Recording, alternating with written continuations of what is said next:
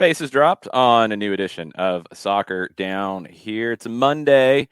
It is European plus some others deadline day, so it gets a little hectic on days like this. We'll get you updated on the latest from that, including some news that's not really news if you've been paying attention, like Everton dropped this morning. Nobody knew Frank Lampard was going to be in charge at Everton, except everybody did. It just hadn't been officially announced yet. Julian Alvarez, same thing. He is going to River. It's been announced for like a week. But we'll get into all of this stuff as we go. We'll talk about Atlanta United yesterday in Athens. We'll talk about the U.S. men's national team. It's a million different topics to bounce around to. But, John, let's start with the latest on deadline day, at least just to set the table, because I think you'll get wildness later in the day. We'll recap all of it on Soccer Over There this evening. Dele Alli appears to be on the move, and the clubs that I'm seeing linked are Crystal Palace. They want a loan deal. Everton wants to purchase him outright. AC Milan, according to Gazzetta dello Sport, is also possibly going to make a late move. Not a shock. Dele Alli's name has come up a bunch. Just hasn't happened yet. And you add to Dele Alli, you got Tanguy and Ndombele.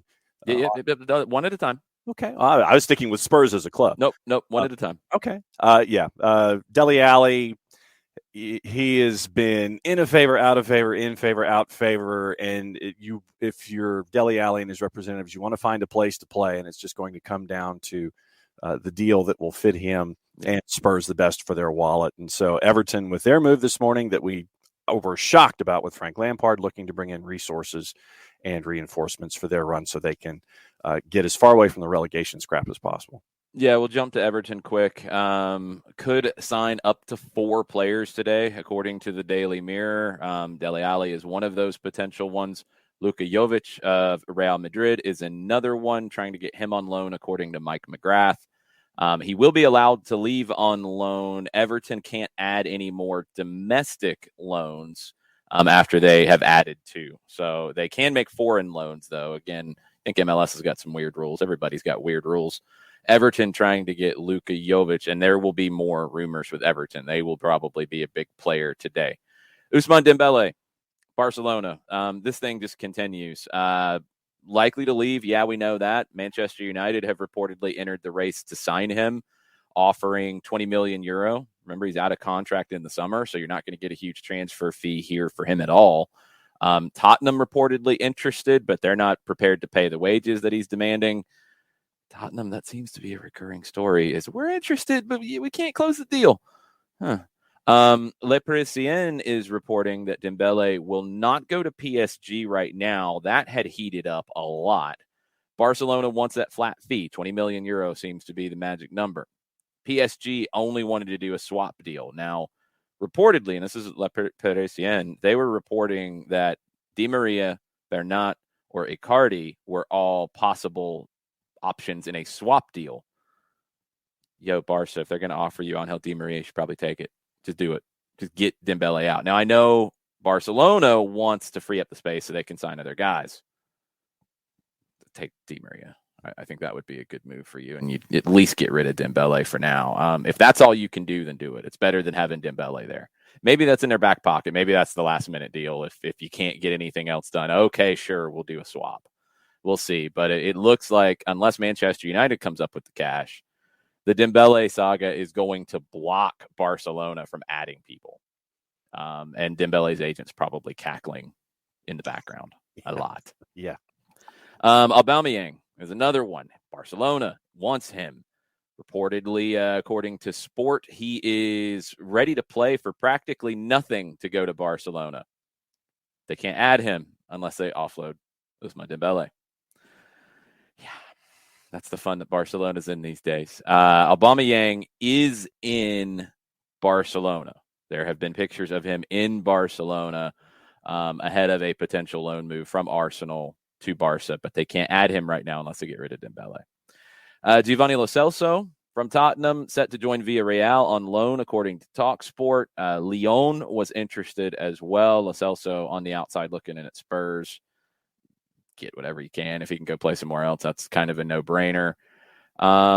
Kylian Mbappe, Bild is reporting that, of course, he's not going to go now. He's out of contract in the summer. Bild is reporting that Mbappe has reached an agreement to join Real Madrid. That's beyond the obvious speculation that he would join Real Madrid. 50 million euro gross is what Bild is saying he will earn. They're saying that this will be confirmed after Real Madrid and PSG play in the last 16 of the Champions League, which had been talked about a month or so ago. We've had that conversation before. That makes a lot of sense. You mentioned in Ndombele. What's the latest with him? Right now, it looks like Lyon is the contender, and it would be a 6-month loan from Spurs to go play at Lyon, but there would be a buy option for 65 million euro at the end of the season in June and beyond. So right now, loan with an option to buy at the end of the year. Okay, I saw the same thing. Fabrizio Romano's had that one pretty consistently. Newcastle, we know they're going to be busy. The Athletic, Greg Evans, Chris Wall reporting that Matt Targett is set to arrive at St. James Park on loan for the rest of the season, coming from Aston Villa. According to the Telegraph, Newcastle have had a £25 million bid accepted by Rennes for Hugo Ekitike. If I could speak this morning. Newcastle have been trying to get him for a while. Looks like that is finally going to happen. One of the more interesting ones, just in terms of all of the dominoes with it here, and Fabrizio Romano a little while ago reported that they're starting to link up now. Rodrigo Betancourt signed his contract with Tottenham, 19 million euro plus a 6 million euro fee. Dennis Zakaria has completed his medical with Juventus. So Betancourt leaves Juve, goes to Tottenham. Zakaria comes to Juve. Juve getting rid of Aaron Ramsey. Ramsey, according to David Ornstein a little while ago, was at a private airport terminal in the UK about to decide which of 3 offers to accept, then fly to that place. That's wild. Like he's sitting on the tarmac, like, hey, I don't know which way we're going to go, but I got to decide between these. Flight plan here, flight plan here, flight plan here. Just be ready. Rangers has been the one that it looks like they're going to get it done. Reportedly, there was another club on the continent interested in him, but Rangers appears to be the one. Burnley, Palace, and Wolves are going to miss out on Ramsey. He hasn't played for Max Allegri. Started one match with Juve this season, opening day. I mean, it's a no-brainer here. So the midfielder domino session goes. Burnley tried to get Ramsey. They didn't get him. They are going to get Wout Weghorst coming in from the Bundesliga. Now, Bild gave some more detail on this because Weghorst has been productive in the Bundesliga. And you think, wait a minute, what? Burnley? What? Burnley, according to Bild, is, quote, among the last clubs on the island to not yet monitor the vaccination status of current or future professionals. They had to move him from Germany, immediately, because at Wolfsburg, his recovery status, he recovered from coronavirus in October. That recovery status expired 2 weeks ago. He is not vaccinated. His continued employment would have presented VfL Wolfsburg with logistical and organizational problems, especially around match days. For example, the home games. He would not have been allowed to go to the team hotel. Yeah, that creates some issues here. Burnley doesn't care about vaccination statuses. That's where he goes because Wolfsburg had to get rid of him. They get, what are you seeing the number reported at here? 12 million pounds from Wolfsburg. Okay, I think about 15 million euro. Yeah. Okay. Okay. I guess. Burnley, good luck. Have at it. Yeah. But yeah, I mean, that has become a bigger story as we get deeper into the month of teams and checking vaccination statuses and limiting options for some players. So Weghorst can go to Burnley, no problem. That's the latest of, I guess, the bigger names this morning. There's going to be a bunch more official announcements of stuff that we already knew. Frank Lampard's now in charge at Everton. Julian Alvarez is officially a Manchester City player, loaned back to River for the first half of the year. And yes, last night, after we finished up everything in Athens, Atlanta United announced that Ezequiel Barco is a River Plate player for 2022. I did post the interview we did with Darren on our SDH live show yesterday. That was done obviously before that announcement. So we did talk about it a little bit, not in any detail. If you heard it on the broadcast, you heard that. But an announcement was made after we were done with everything that he is officially a River Plate player. I know they had announced it. We all know how this stuff goes at this stage. Argentine clubs, they could care less about your timelines. They're going to announce stuff whenever they want to announce it, and everybody else has to catch up. That's just what we do. Anything else on the deadline day stuff that you are seeing that is big news right now? A couple of other things with Manchester United. Looks like Donny van de Beek is undergoing a medical at Everton now for a loan. That's been expected. End of the year. Yep. Jesse Lingard's move is in question. He will not be cheap. What Manchester United is requesting is a loan fee and his salary paid in full for the remainder of season. Phil Jones is likely to stay at Manchester United. He turned down a deal at Bordeaux. Matt Target, to update your Newcastle situation, he looks like he's undergoing a medical right now. Bruno Guimaraes that deal has been sealed. We talked about that last week from Prem and Proper. They've also agreed to a $13 million deal with Brighton for defender Dan Burn. Mm-hmm. And going down the list, Leeds is adamant that Calvin Phillips will not be moved in this transfer window. Also on the board, piece of good news, and it's officially official. Christian Eriksen is with Brentford till the end of the year. Remember the relationship that he and Thomas Frank had goes back to Eriksen's days with the Danish U17. So this will be Eriksen through the end of the season on a short-term deal with Brentford. Some of the coolest news of the day. So Rob Dawson just a little while ago from ESPN tweeted that Lingard and Ralph Rangnick have spoken. Meeting was positive. Rangnick gave his blessing for him to go on loan. Wants to give him an opportunity to make England's World Cup squad. Newcastle still interested, but West Ham has jumped up into the mix right now in getting Lingard on loan. So it sounds like that's going to happen after the back and forth hokey pokey dance going on. Is he going to loan? Is he not going to loan? Do they want him to loan? Are they not going to let him loan? Looks like he's going to be able to go on loan, and where he goes will get sorted out in the next few hours. All right, we'll keep you up to date on that stuff as big news breaks. We'll probably check back in on deadline day stuff in hour number 2. We'll definitely spend a lot of time on it tonight on Soccer Over There. Let's get into USA and Canada yesterday. Respect to the new Concacaf overlords in the Great White North. Canada is the best team in Concacaf right now. There's really no question about that after their win yesterday, after Mexico's draw with Costa Rica. Canada's the best team in the cycle in CONCACAF, and that's impressive because I don't think they've ever been that, ever, in any cycle ever in the history of the game. The development is huge. That being said, there are questions about how the U.S. looked, and really I have more questions about some of the things that were said afterwards. Losing to Canada in Canada, that's not as big of an upsetting thing anymore. I think the respect for Canada has changed. I don't like some of the comments afterwards, and I get you got coaches speak, and you're using the media to say things maybe to your players to try to lift them up, that maybe you're not being entirely 100% truthful and accurate. I think you could have done that a little differently, but we'll get into that here in just a second. Shutout yesterday. Scoreless first halves in 8 of 10 World Cup qualifiers, as many have pointed out. Grant Wall had a piece about it in his newsletter. That's a problem. It's a problem. I mean, was the U.S. bad in this game? No. Bad? No. There's layers of I think, evaluating a performance. I'm not calling it bad. But I also disagree that the entire team effort was outstanding, as Greg Berhalter said, because they didn't dominate the game.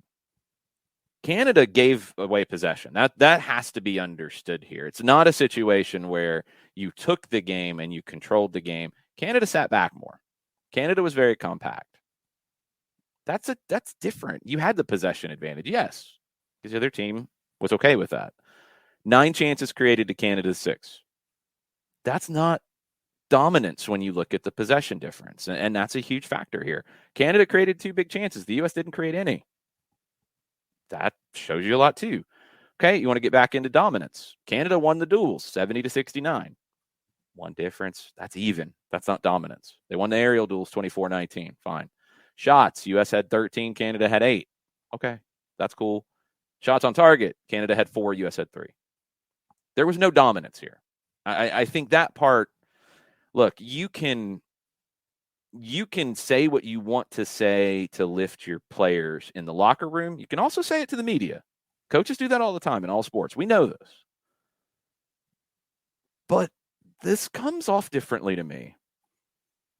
This comes off. You can appreciate the effort. You can talk about the effort. No question on the effort. I got no problem with the effort. You can talk about having the possession advantage. You can keep it in factual terms and still give your players credit. But you also do have to question some things.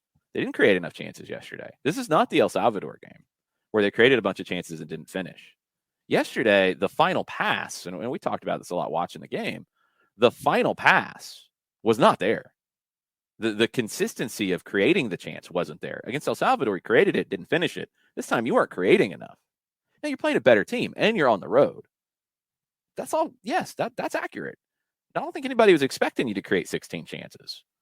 But you can't come in and say you dominated the game when you didn't dominate the game. You can't do that. Now, I would hope that his players understand where he's coming from with some of these comments.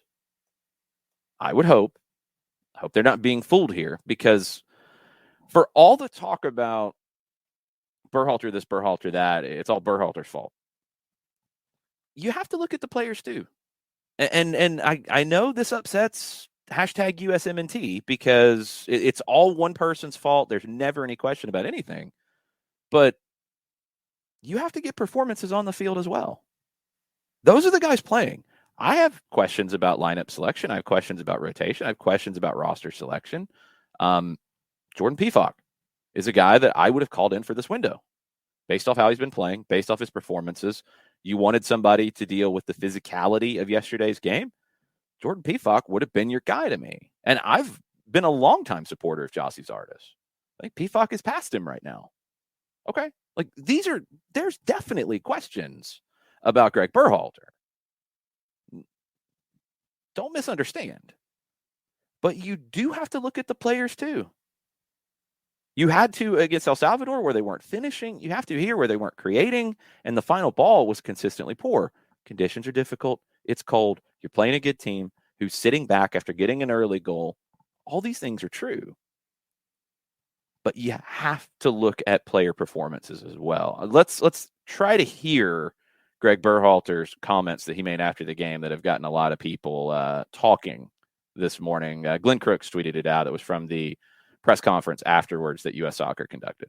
Last game, after the game, in my post match, I praised the effort of a few individuals and thought they had outstanding effort in the game. This game, I can't single anyone out. I think it was an entire team effort that was outstanding. We asked them to be dominant. We asked them to embrace the conditions, embrace the physicality of the opponent, and I think we did that and more. It's hard for me to remember a performance away from home this dominant without getting a result. So the result hurts. The performance doesn't hurt. I'm proud of the guys, proud of the way they competed. Again, when we talked about what we needed to do to win this game, we checked almost all the boxes, and that I'm pleased with. I mean, I know what he's trying to do, I think, here. I don't think he's being factual with his comments. I don't think he's being accurate. I understand why.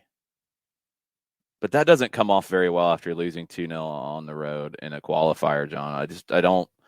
I think you could have accomplished the same thing doing it differently and maybe not getting people all riled up. Hard for me to remember a performance away from home this dominant without getting a result. I've got a bunch of them in Mexico that I can point out that would be, I think, more dominant here because I guess the biggest thing that throws that off for me is Canada in their tactics, which were spot on. I mean, they nailed it. They got the early goal to make it work. Let's not, throw anything around about that. And yeah, Miles Robinson's at fault on that first goal. We've got comments from him. I think I've got some quotes from him. We'll pull those here in just a second. I don't have a clip of audio, but I've got the quotes. you get the early goal, and yeah, Canada can sit back more. That's an easy tactic, but that's how Canada's played the U.S. in general. They've conceded possession, and they're not really afraid of the U.S. creating much with it. The U.S. has to create more chances against top teams. And like it or not, Canada's a top team now. This is a tough opponent. I'm not expecting them to go in and win 3-0, but I'm expecting them, if I'm going to be told that they were this dominant, I'm expecting something to show for it, even if it is we were very dominant, but we didn't win the game. The numbers don't back that up. They just don't. And the other part, so the result hurts, the performance doesn't hurt. Proud of the guys, proud of the way they competed. The last part's fine. Proud of the way they competed. I would have no problem if he said the result hurts, but the effort and the work put in by our guys doesn't hurt. That's fine. And maybe that's what he's kind of getting at. Yeah. But effort and work and performance are two different things. And I think they have to be separated. Yes.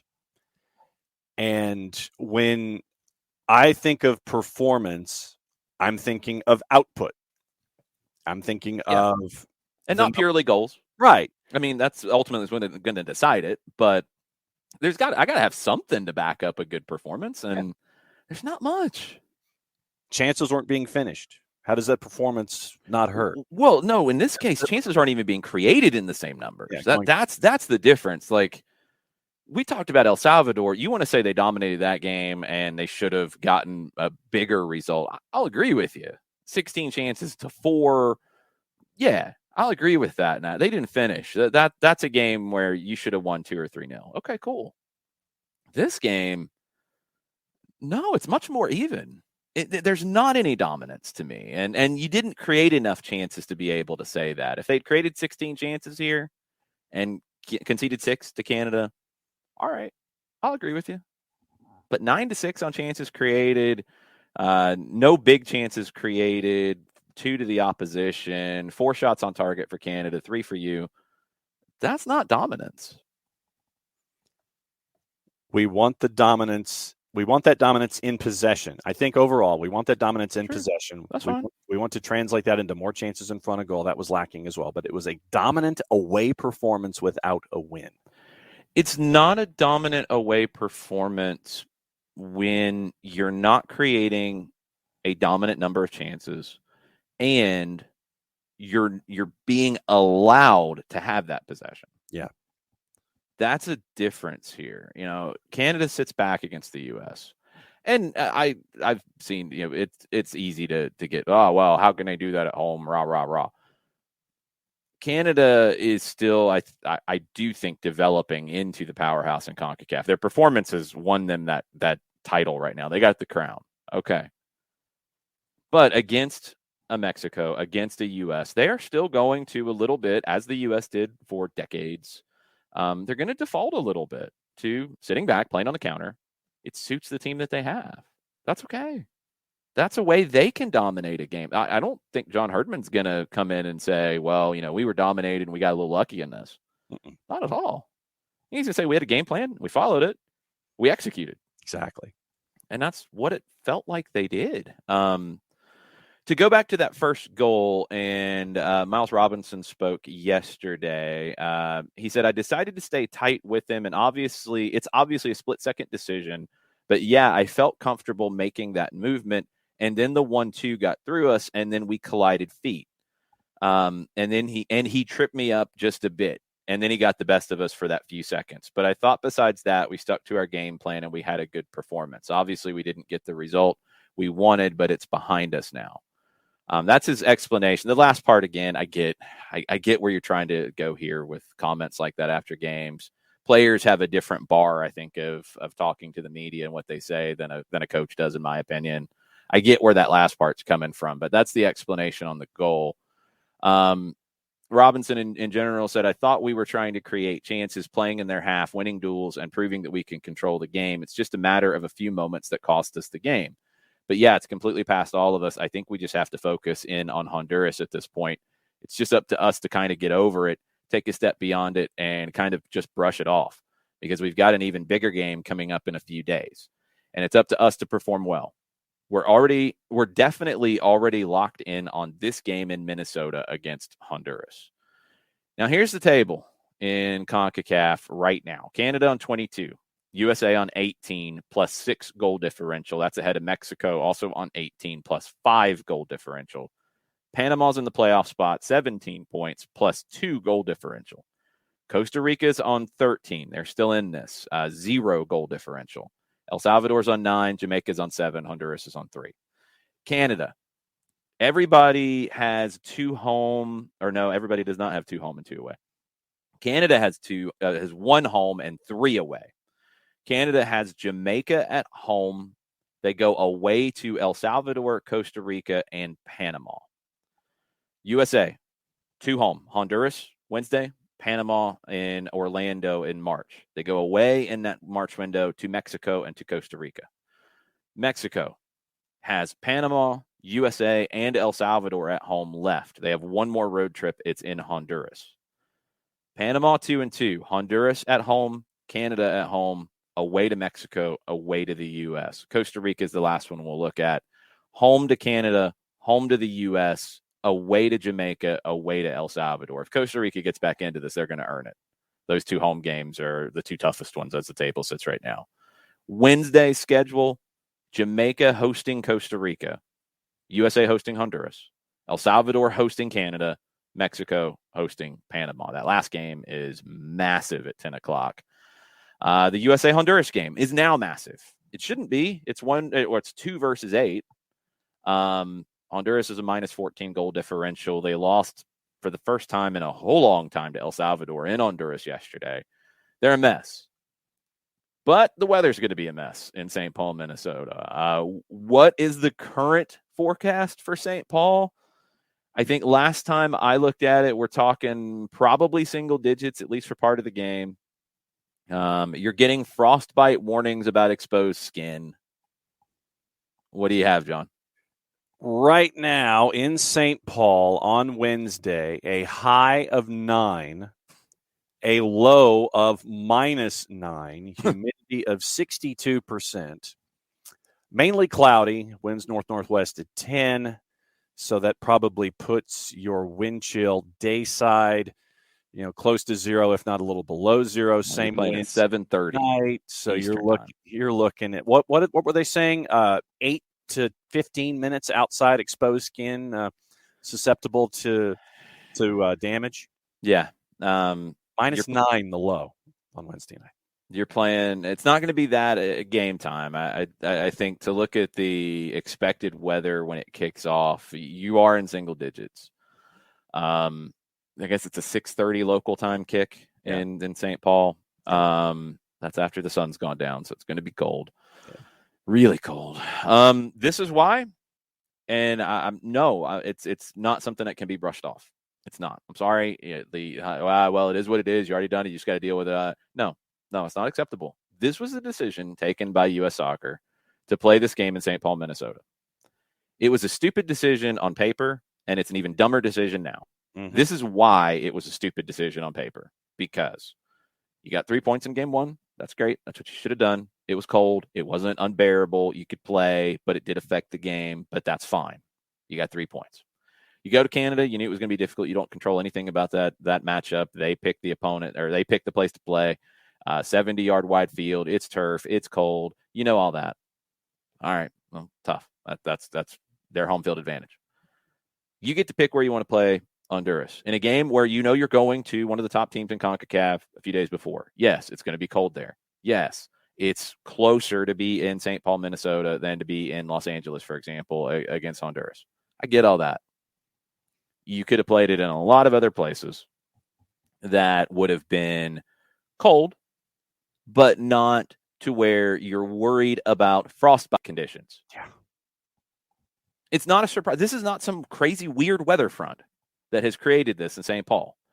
It was pointed out very clearly when these games were booked, what you were up against, what the historic weather was like on that date in St. Paul, Minnesota.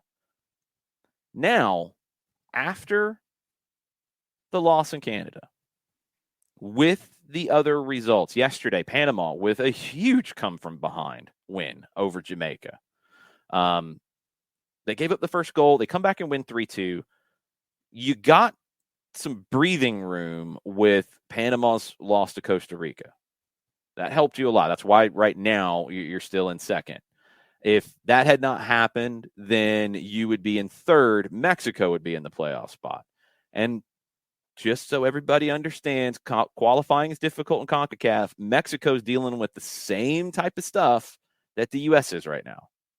After the very quick turn to happy thoughts after coming back and getting a late win in Jamaica, well, yeah, a not so good draw at home to Costa Rica. Hit the bar a couple times, sure, but Mexico's in a bad spot too.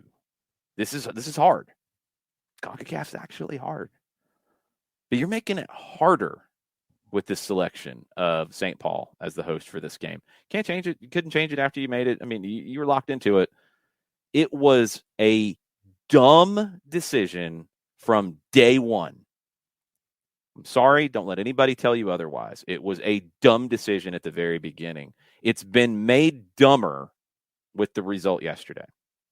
Because now you go into this game, it's miserable conditions. Your guys are miserable. It's the third game in 8 days. They're exhausted. They looked exhausted at times yesterday. And they're going to be frozen. Mm-hmm. And you're asking them to go get a win. Now, as I've pointed out, and I do believe, it's going to hurt Honduras even more. They're out of it. They got nothing to play for. You think they want to be there? No. They don't. But you're adding equalizers and chaos into the equation when if you played Honduras in – if you'd not reversed, but if you'd wanted to play this game in Ohio, yeah, it'd be cold, but it'd be bearable. If you wanted to play this, play it in Louisville. You could have played it in Kansas City. There's so many different places you could have played it where it still would have been difficult for Honduras, but bearable for your guys. And no, they didn't choose that. And it's not a fluky thing that it's this type of weather in St. Paul. This was on the cards from the beginning. And hopefully, you get an early goal and you can walk through 90 minutes. I could care less what the final score is. I could care less how many chances are created. I could care less about possession. None of that matters to me in this game. Survive, first off, and get 3 points. Yeah, yes. Survive in every way possible and get 3 points. And if that's a second-minute goal off a set piece, and then you just try to stay warm for 90 minutes, that's fine. I could care less. It's just really frustrating that this is what the U.S. is going to be dealing with. And it was by choice. It was by choice. All right. You've made it more difficult for yourself. Yeah, 100%. In this situation, it's like you're thinking about, on the surface when all of this begins, when you're trying to look at your scheduling. Yes, I know about proximity, but you've addressed the proximity issue. What do you think a crowd would be like at Lynn Family Stadium in a crowd in a city like Louisville that could get a matchup like this? I think that the crowd would be off the walls in a situation like that, and the weather would not be as bad. But you decided, flat out, off the top, tell you what, we're going to try to freeze out our opponents. Guess what? At the same time, it's not like you're out there in some bubble or in some warm ski suit and the other guy isn't when you're playing in these conditions trying to get a win in World Cup qualifying. You're dressed the same. You look the same. You're out there trying to kick a ball that's a cinder block. And you're going to be doing it in basically 0-degree weather. You've created the situation for yourself. You've done this to yourself. Mm-hmm. And the last thing that you want now is to have the loss in Hamilton cascade into something else. You don't want to take that second step. You don't want to have to rely on that last window and having to do something on the road. But what you've done is you've turned the game into an equalizer because of conditions, because you're both fighting for it. And yes, I know a team that hasn't won yet really doesn't care. They probably don't want to be there. And when they get out in that stuff, they're like, screw this mess, but they've got to be out there for 90 minutes too, and anything can happen. They can go out there and sit there, and it's like, you know what? We don't care. Tell you what, let's just go out there and, throw caution out there, and we're going to do whatever we're going to do and make it as difficult for the United States as possible. U.S. Soccer created this situation for themselves. Now you have to live with it. And that's the word that popped. You have to live with this decision, and you don't want it to get worse after the result that happened in Hamilton yesterday. Yeah, you've brought chaos and drama into this when you didn't need to. You could have played Honduras anywhere in the country and been just fine against the team that you're better than. There's no argument about that. Certain parts of the country, you'd have more Honduran fans. Well, at some point, then we probably need to have a conversation about why people aren't buying tickets to watch the U.S. play and cheer for the U.S. That's something that's going to have to be sorted out, because I've looked around MLS for a long time, and there's a lot of fans in the buildings around the league. They're not all U.S. fans, and that's completely fine. That's not what MLS's job is. But you're telling me you can't go to certain parts of the country, and with your ticketing processes through supporters groups, through your mailing list, through all these different things, you can't sell out 20, 25,000 seaters with a majority U.S. crowd. They've been able to do it against Mexico. Yes, Mexican fans do get in the building when they play in Columbus or play in Cincinnati. Yes, there's some. Absolutely. But not these huge numbers that I guess you're still worried about because you think back to the 80s and the 90s. Stop. It's absurd. You can play Honduras anywhere and have a better advantage by just playing them in a place where you can actually play soccer. Mm-hmm. And this team is better than Honduras, and they should have known that. And they should not be doing this, but they've chosen to do it. And now what I'm afraid of is the risk of a scoreless draw, because Honduras packs everybody behind the ball because they don't want to be there and they don't want to play. And the U.S. can't break them down because they're frozen solid. That's what I'm afraid of is a draw. I'm not really afraid of Honduras breaking out in a counter and getting a goal. I'm not. They're not that good. Of course that can happen. What I'm afraid of is a scoreless draw where the conditions wreck the game and people can't really play. Yeah. And dropping 2 points could be the difference between being in an automatic spot and going to a playoff against New Zealand likely in June. It's that big of a decision. And absolutely, I've seen some of the questions. I am surprised that U.S. Soccer did this, because it's not 1985 anymore, where they played a qualifier against Costa Rica in Torrance, California, with a large Costa Rican population nearby, and really trying to sell tickets to them and not actually give yourself a home field advantage. It's not 1985 anymore. They figured out a long time ago that they didn't want to play Mexico in qualifiers in big venues where they were going to have predominant Mexican crowds. Yeah, I am surprised. I'm not going to give them the out for being too dumb to make the right decision here. I won't, because they have to be smarter than this. Brian McBride's been through this as the general manager. Cindy Parlow-Cone understands the game as the president of U.S. Soccer.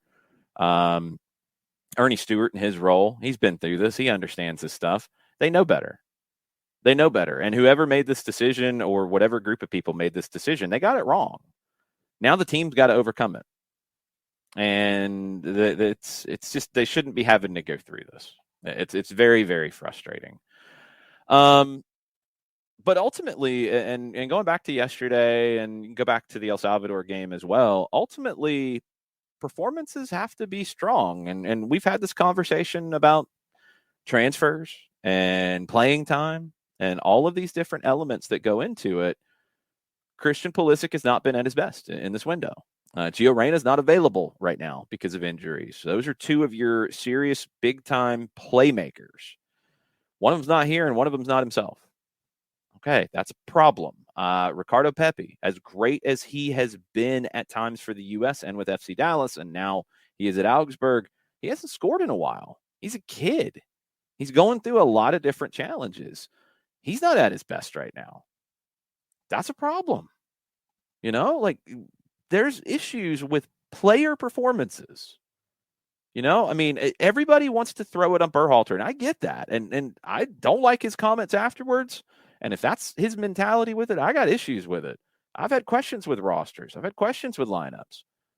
Absolutely. But at some point, you got to look at the players too. And you got to look at where they are coming into some of these games. These are issues too. And it's things that have to get sorted out. And ultimately, Berhalter's the one making the decisions. He's going to be the one who loses his job over it. Guys can play badly and they're going to get picked again because they're the best guys that you have. Berhalter's got to get through all of it and manage it and get results and get this team into Qatar. He has to. Otherwise, he's done. That's it. He's not. And I know, again, I don't want to do this. I'm tired of doing it and going back to bouncing off of people yelling online. I don't think he's coaching them to be defensive. I don't think he's coaching them to not attack. I don't think he's trying to have them not attack. He's not having them do negative possession to keep the ball to play keep away. Those things aren't happening. And if they are, and everybody else is seeing it but me, okay, fine, then I'm blind. But I don't think he's trying to be defensive or negative. Could he be better at some things with more player selection than anything? Because it's not like, it's the other thing about coaching a national team. It's not like he has the time to be able to have these tactical masterminds coming into games of his setup. This window, for example, yeah, he had a group of players for an extended period of time, which is weird and different. But he brings his European guys in. He gets them for a day or two of training, go play a game, recovery, travel, play a game, recovery, travel, maybe an extra day of training going into this Wednesday game. That's it. 4 training sessions with the group that's going to play these games, maybe 3.5, 3, if you want to include some halves. I don't know. It's not about the tactics as much in national team games. You got to create a lowercase t and a lowercase s system that is easy to slot into, that you can play, that guys are comfortable in playing in, that play to the strengths of the pool that you have. You can't go buy anybody like a club. You can't, work on something for weeks at a time at a club. You have to get the best out of what you got. And I have some questions about that with Greg Berhalter, but I also think at times it is, let's rail on the manager, and that's just all it is. It's not all on him. There are things that are on him. There are things that are on U.S. Soccer with their selection of venues. And there are things that are on players in terms of performances. And all of those are part of this issue where the U.S. is second in World Cup qualifying. They didn't damage. They didn't lose out. They're not in massive trouble. They needed 9 points out of what was left. They've got 2 more home games. They got 3 in the bag from Thursday. They need to win their home games. They win their home games, I think they're in. Like to not have to sweat through that. But you got to, if you can sweat in 5-degree temperatures, you got to sweat through a crazy game on Wednesday. You got to beat Panama in a game that's going to be hugely meaningful in Orlando.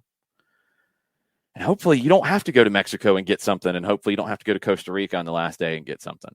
But all that's in play now for all of those reasons. Not just one of them, all of them. And as I was saying yesterday, like, I keep coming back to this.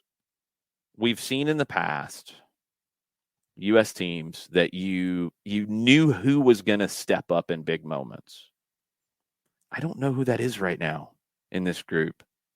I think Weston McKennie's got that kind of attitude, but he's, more of a midfielder. I thought the midfield was actually pretty good yesterday.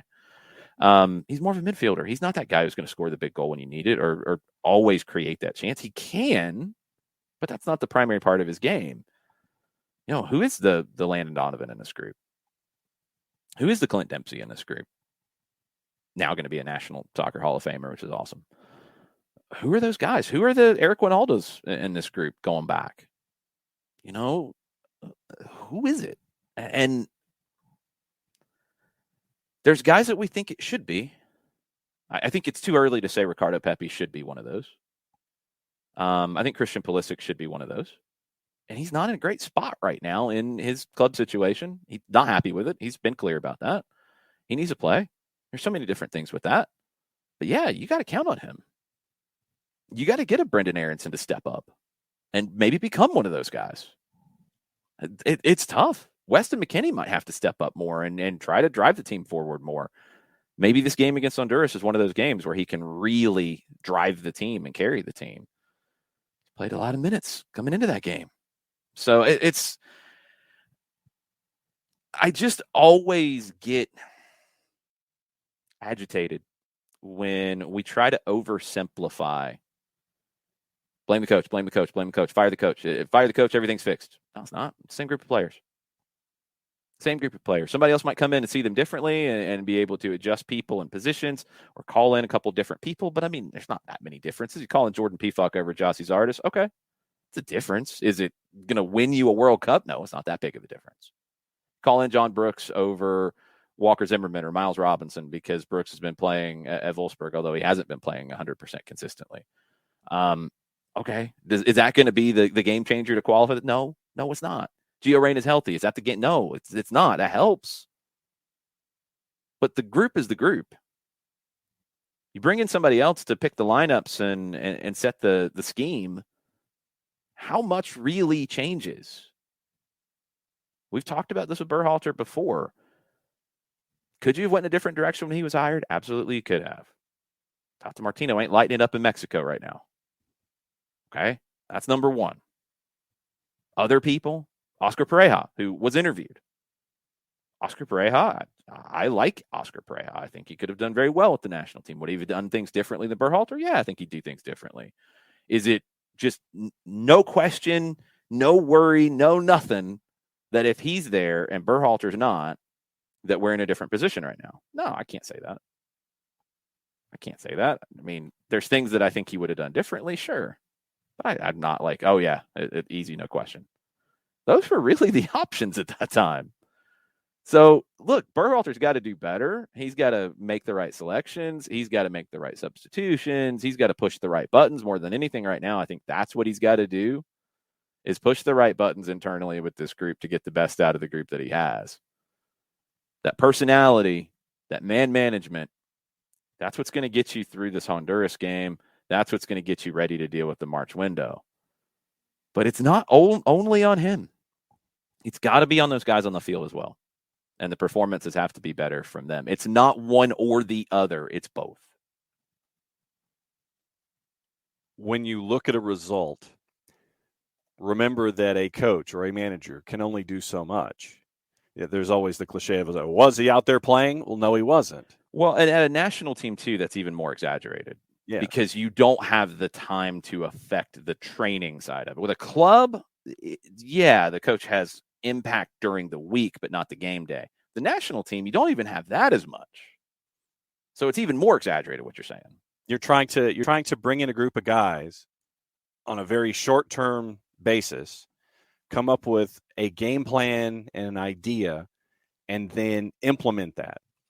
And remember that results are not mutually exclusive. Yes, the coach can come up with an idea and have the guys sit there, nod their heads, and understand what's being drawn on a whiteboard and what they're working out in their limited practice sessions. But they're the ones at the end of the day are the ones that are out there trying to make sure that the ball ends up in the back of the net and that you're getting a win, or that you're trying to get a result in a very tough environment on the road. It's not just one or the other. And I would like for folks just to remember that there's no mutual exclusivity here. That's all part of a process, and it's all engaged in this recipe that you're trying to put to make sure that you can qualify for a World Cup. Don't just sit there and look at one side that's completely to blame without looking at the other side that is supposed to implement the idea, come up with ideas out there in gameplay to try to get a result. It's not one or the other. In this, it's both. And they both have to be looked at, I think, equally with as much of the magnifying glass as possible, especially after what happened yesterday. Here's the last thing. We'll have an hour number one on Berhalter. And this is I think, a strong criticism and something that is frustrating to me. Right now, Berhalter's job is going to come down to how he manages these individuals. It's not going to come down to tactics. It's not going to come down to those things. It's going to come down to getting guys ready to play and getting the best performances out of them. Look at what the number 9 position has been. And it goes back before Pepe's, emergence. But, yeah, this is all part of it. So Pepe didn't start the 2 games in this window. I'm not necessarily against the reasons for that. He hasn't scored in a while. He's went through a lot here. I get all that. Okay, I'm fine with that. Jesus Ferreira, Jossie Zardes are the guys who start up top. I thought Ferreira was pretty good against El Salvador. He had a great chance that he missed, but he created 4 chances. He had an assist. Okay, I didn't have a problem with Ferreira. Zardes starts up top in Canada.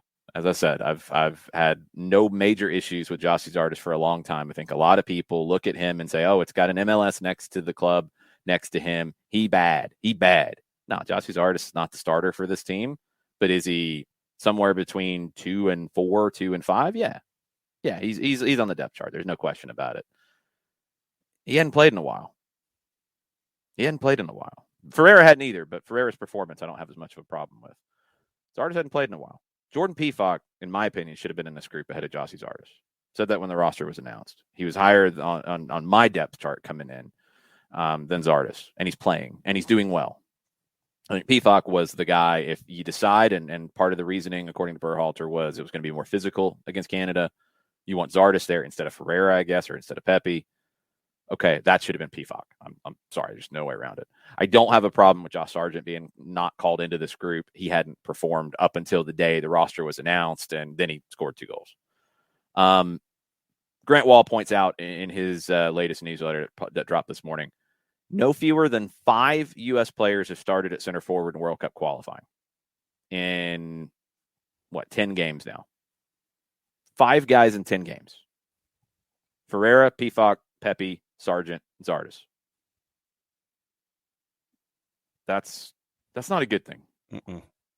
And can argue, okay, then who would be the one who starts all 10? I don't have an easy answer to that. That's fine. 5 is too many. Zardes started the 2 that were the 2 losses. That might be a little harsh. I'm not blaming the losses on Jossie Zardes. 5 is too many in 10 games. Got to have a little bit more consistency there. Because when we talk about the 2 issues that we've seen in this window so far, whether it's finishing chances from the El Salvador game, creating chances from yesterday, both of those improve with consistency, with chemistry. And when it's 5 different guys in 10 games, you can't build those things. Now, guys are playing at the club level, sure. Some of them are playing regularly. Zardes wasn't going into this game yesterday because they've been in the offseason. Columbus didn't make the playoffs. Ferreira, same thing, but he was able to perform okay. Simplify that. I think you need to know who your top 2 guys are the rest of the way, and they need to play. And I think Ricardo Pepi's one of them, even if he is a teenager and he's struggling and he's made a big move and he hasn't scored in a minute.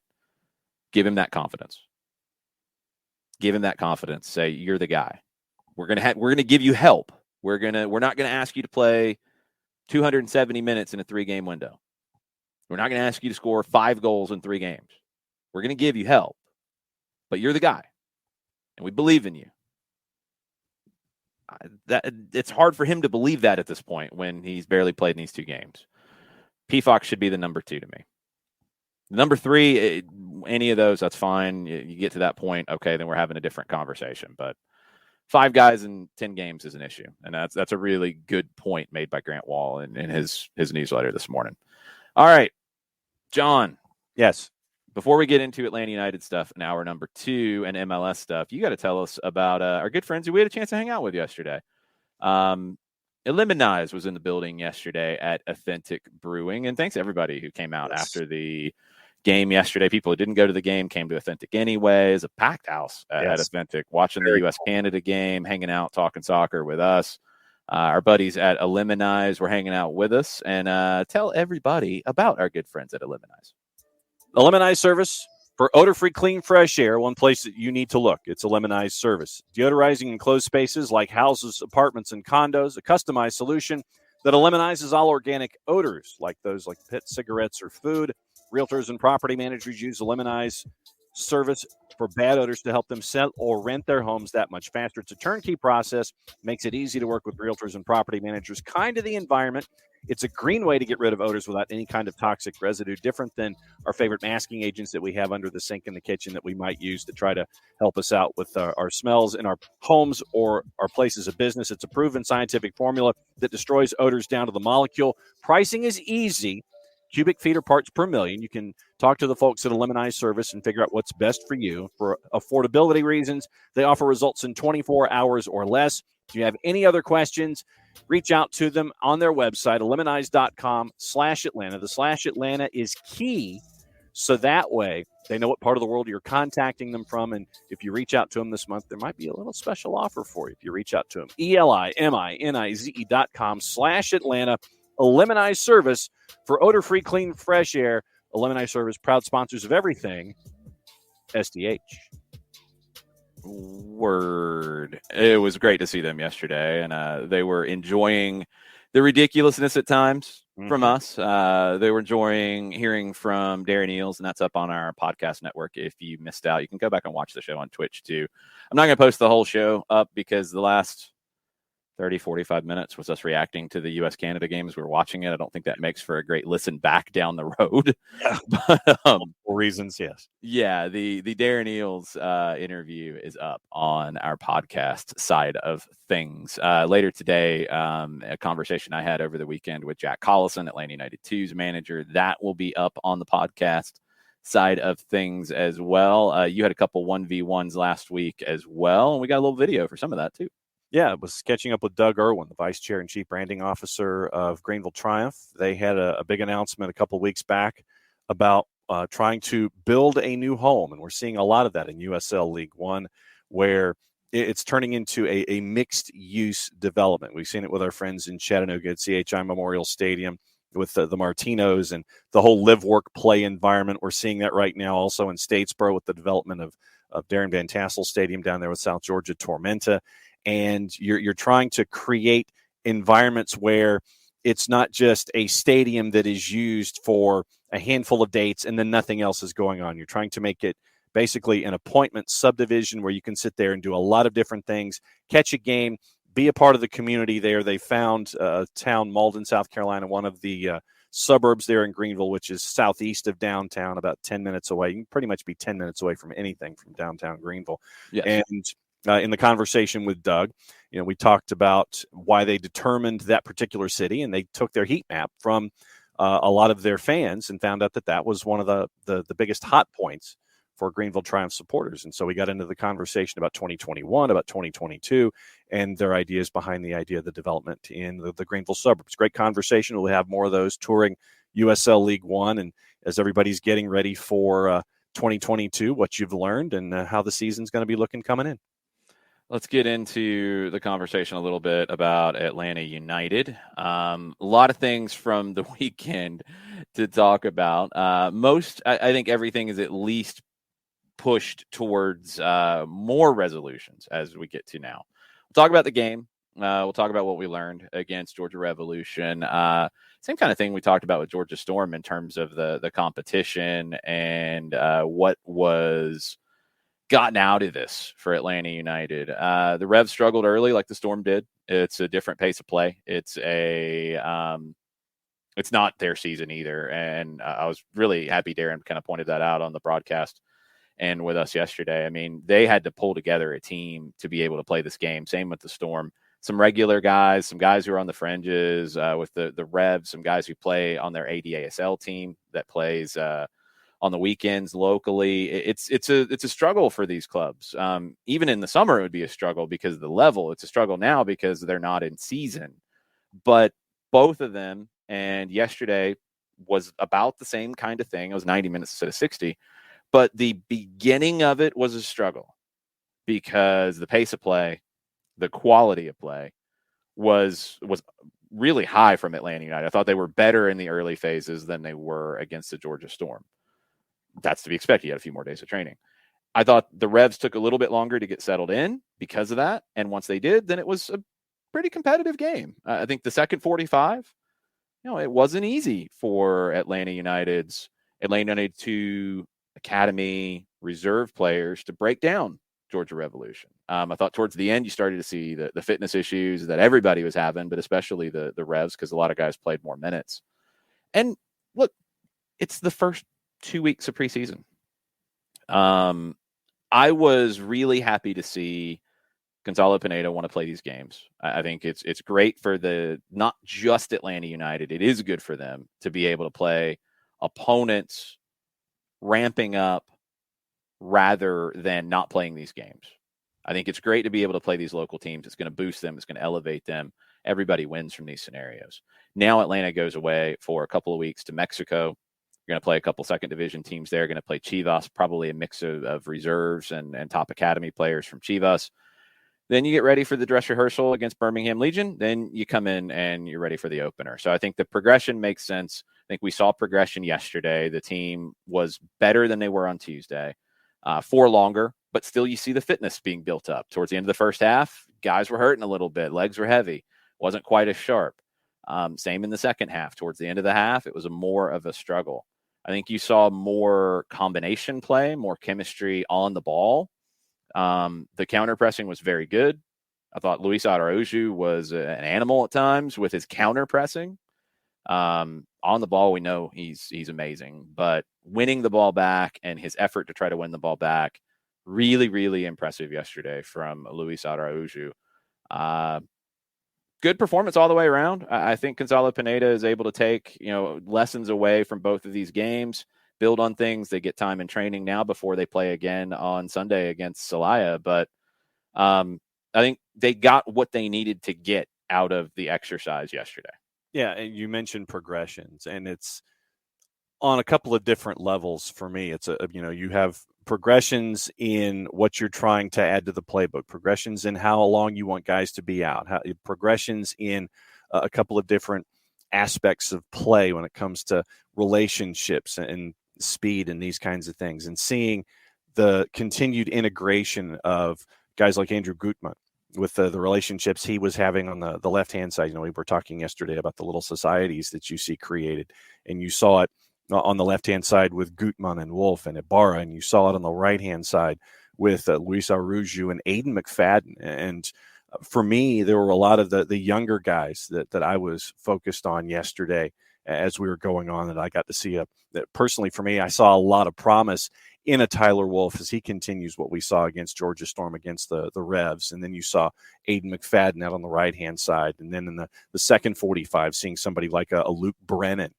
We got to see the academy product with Luke Brennan, who just jumped right in like Noah Cobb did in the matchup against Georgia Storm. You see Luke Brennan jumping in and not being intimidated by his surroundings and who's around him in that second 45. So for me, you got to see it with the experienced players becoming more familiar with one another, but also the younger guys for me. And that's what I was kind of looking at. It's like, okay, what younger guys are going to be stepping forward? And you got to see that too. Yeah, seeing Cobb on Tuesday, seeing Brennan here. Brennan had less experience coming in than Cobb did at this kind of a level. Brennan looked really good, and he's generally played on the wing as an academy player, playing as a right back here. That's really nice. The youth is good. I think Daniel Blayu getting a goal, making Mike Conti very happy. Yes. But getting a goal is great for his confidence. I've liked him in front of goal.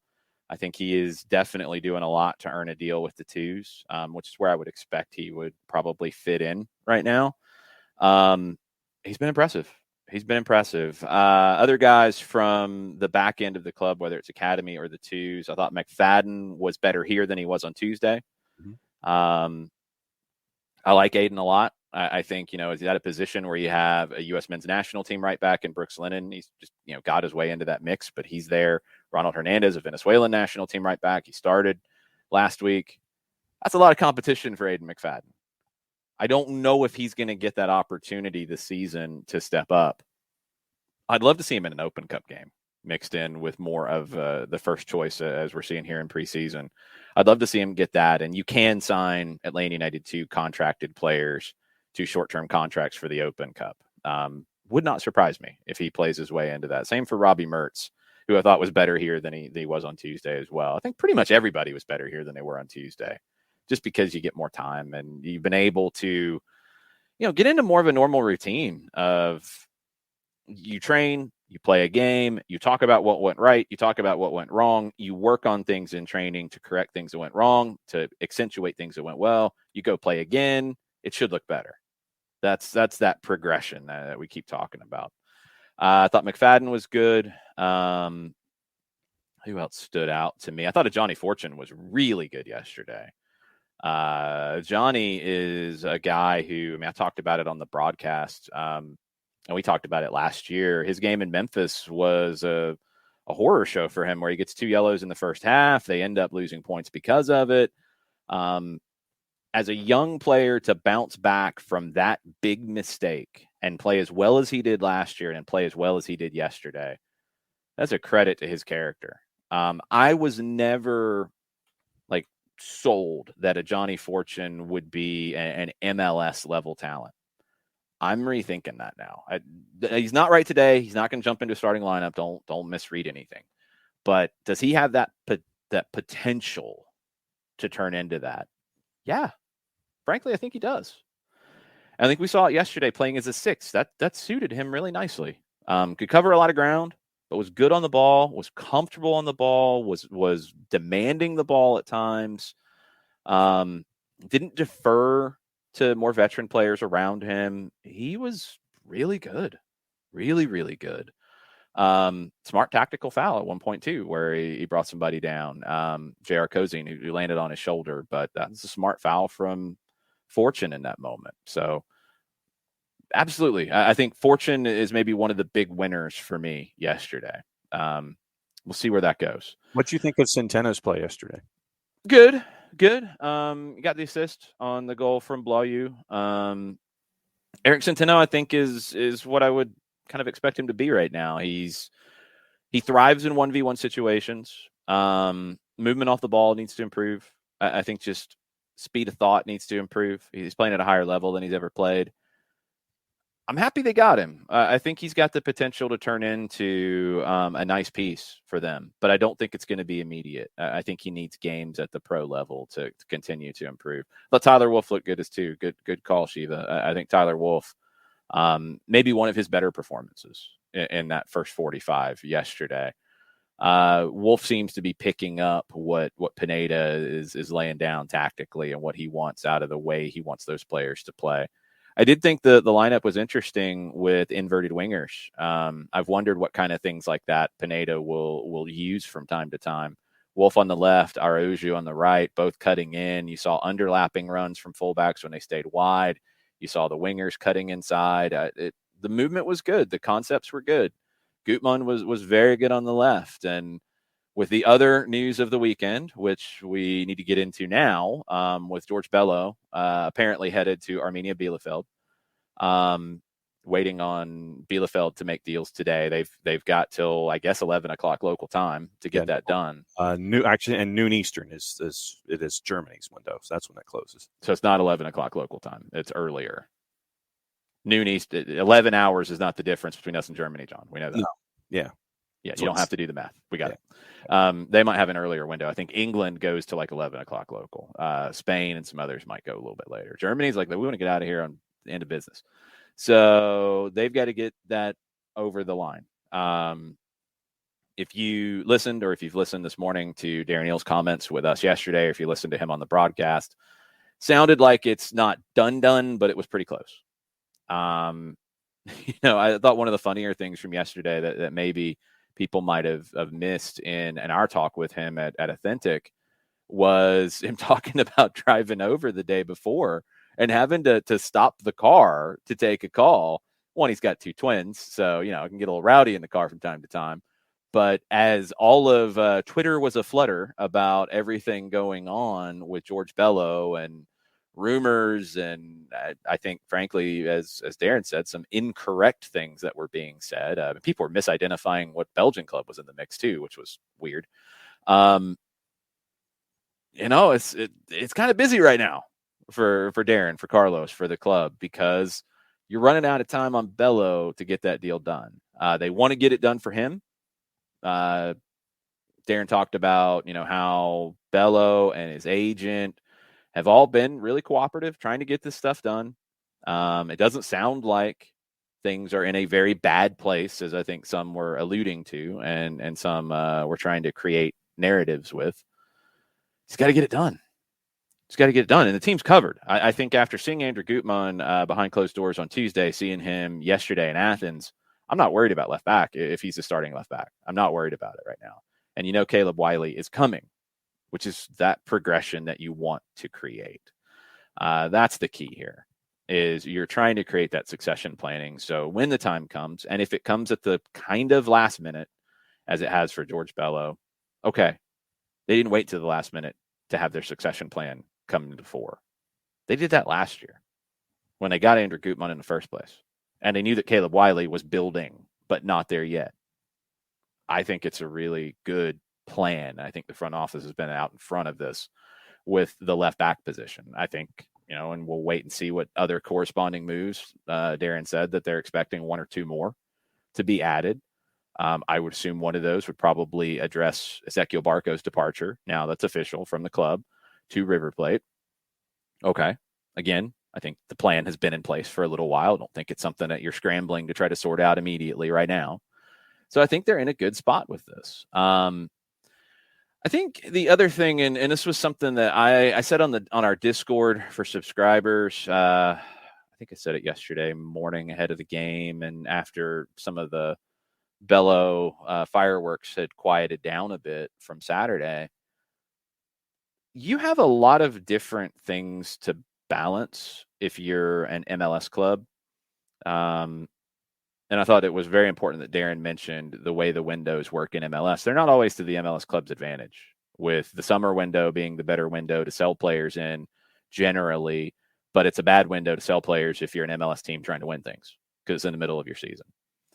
That's a very valid point, and that's something that has come up at different points in time. Atlanta United wasn't going to sell George Bello last summer. They probably aren't going to sell anybody that they think is going to help them win a championship in the summer ever, because they're trying to win a championship. And that's what people want. That's why you go to games. You're trying to win things. I don't think you're celebrating, we sold a player for a large amount of money. Yay, let's make a tifo for it. No. You're making a tifo about trophies.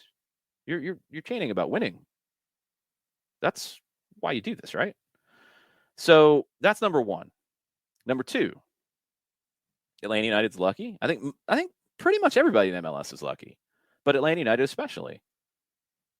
They don't have to sell somebody just for cash, and they're not going to. Arthur Blank's not hurting right now for cash to run this team. They're in good shape. Their attendances, their merch sales, all those things. They don't have to sell a player just to make money. So that factors in. Some clubs around the world do. And it'll come up more during the rest of decision day. You're going to see some clubs that got to bring in some revenue. You're going to see some clubs that got to sell somebody to be able to buy somebody in a different position. Look, that's not the case. That's not the case here. You're not going to sell somebody just to sell somebody, just because you need cash coming in. So that's two. So you gotta win things. You don't have to sell just to sell. The windows sometimes don't line up for everybody's benefit here. But you also want to develop guys and move them on because that benefits the brand. And that's part of it too. And Bello, being a homegrown, he wants to go. It's time to go. Good thing for him with the national team as well if he goes and he plays. Good thing for the club if he goes and he plays. Got to get him to the right spot. Got to get him to the right place. That's what it comes down to. And that's a lot. Those things don't always align. Sometimes it's not the right time. Sometimes you can't afford to let the player go because you need him to win things. You don't have to ever do it just to bring in cash. But sometimes all of those things don't line up. That's business. That's MLS business. And on top of all that, you got MLS roster rules and salary caps and all these different things about bringing guys in. And sometimes selling guys, advantageous elements of that, not about bringing in cash, but selling guys to bring in allocation money to be able to expand your cap. There's all kinds of balancing acts here. And I think a lot of this is coming from people who don't really care about MLS business and don't really care about MLS growth and don't really care about what's best for some of the players involved. It's just another opportunity to yell or to trash MLS or whatever. Sometimes the narratives can get twisted. Know who's talking and know the reality of some of these things. And understand that Atlanta United's not here just to sell guys, just to produce guys for the U.S. national team. Let's be specific. And they're here to win. They're here to win trophies. And sometimes it's not the right time to sell. Sometimes it is. You got to find those right times. Right now, for Bello, yeah, they have cover at left back, which they planned for, and they're in good shape. So it's tough. Vader says it's not about money, saying to me, head scratching moves seem more like an ego thing than anything else. I'm sorry, I do not understand whose ego. What ego? What ego stroke are you getting out of head? I don't know what head scratching moves we're talking about. I'm sorry, I don't know. I don't know what that's coming from Vader. I don't get it. I don't think Bello's a head scratching move. I think with Bello, and again, you got to go back to the ultimate thing here. You weren't going to sell last summer. You weren't. You couldn't. You weren't in a position to. It didn't make sense. It would have been bad business for the club in terms of winning games. Could you have made a little more money on a transfer? Yeah. But again, money doesn't drive this, does it? Making an extra $1 million, does that matter? Nope, it doesn't. If you sold Bello last summer, it's going to be a lot harder to make the playoffs. You were a couple of goals away from hosting the first round of the playoffs against the team that ultimately won the thing. It was that close. You sell him in the summer, you're not that close. Now, maybe you could have went out and got somebody in a short term and all these different things, and you're moving pieces around, and you're trying to do all this. No, that wasn't the plan. I think the plan was always, and I don't think it's hard to see, was to sell in this window. Now, you're hearing bits and pieces of rumors that people are reporting, even really reputable people reporting this stuff. They don't always have the full story. That needs to be understood too. So I don't know. That again, it's my opinion. And look, disagree with me. That's completely fine. But I'm gonna make it clear to you guys that I'm not throwing hot takes out just to get attention or just to say something. I'm thinking through what I'm saying to you, and I can be wrong as much as I can be right. But in this case, I think all of those elements lead to the transfer strategy. It's not as simple as offer in the table for millions of dollars, sell now. It's not that simple. And you also have to have the offers on the table in some other players' cases to be able to do the even opportunity to sell now.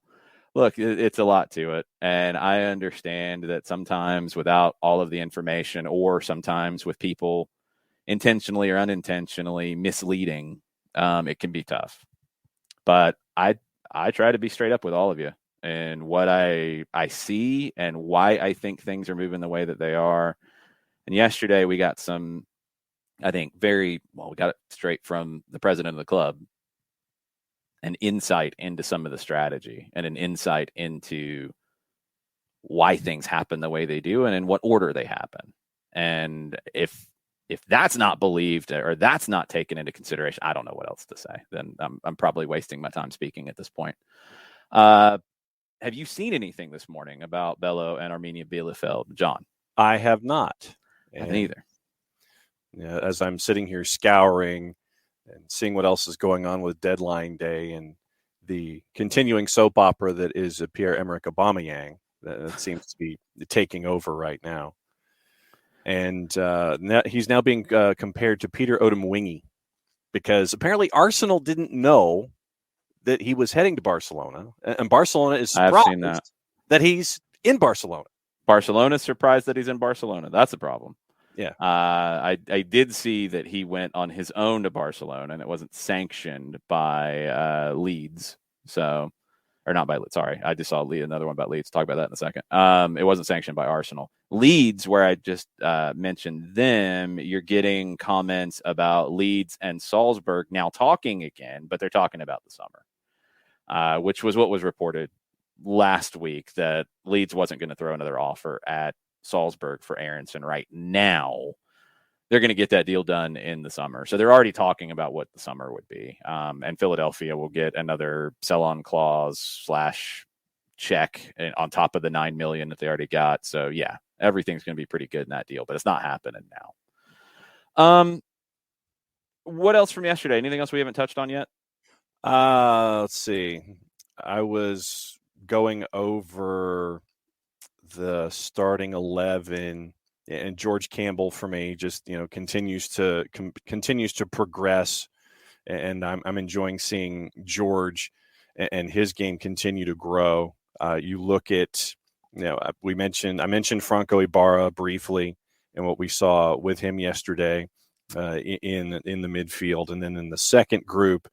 We talked about succession plans, if I could get the word out. And, we talked about on the left-hand side where, you have Andrew Gutman, Mikey Ambrose, Caleb Wiley. But once again, if Caleb Wiley continues to show and improve, then he may step up the depth chart quickly. And I know on the right-hand side, you've got, Brooks Lennon. I know that there was a discussion yesterday about an ankle injury. We don't know any kind of severity or anything like that coming out of the national team camp. But behind him, we talk about succession plans on the right and depth on the right-hand side. You're looking at Ronald Hernandez being a part of the discussion there. You're looking at Aiden McFadden being part of the discussion. But once again, with McFadden, and same as Wiley, if Aiden McFadden continues to grow and evolve and improve, he may, get closer and closer to being part of Atlanta United on first team levels. And you mentioned seeing him at Open Cup, and I'd like to see that too. But you're seeing the succession plans and you're seeing the depth that's there on the outsides for Atlanta United. That was the other part that kind of stuck with me yesterday. I'll address this really quick since I'm specifically being called out by some folks. And this is the last time I'm going to address it.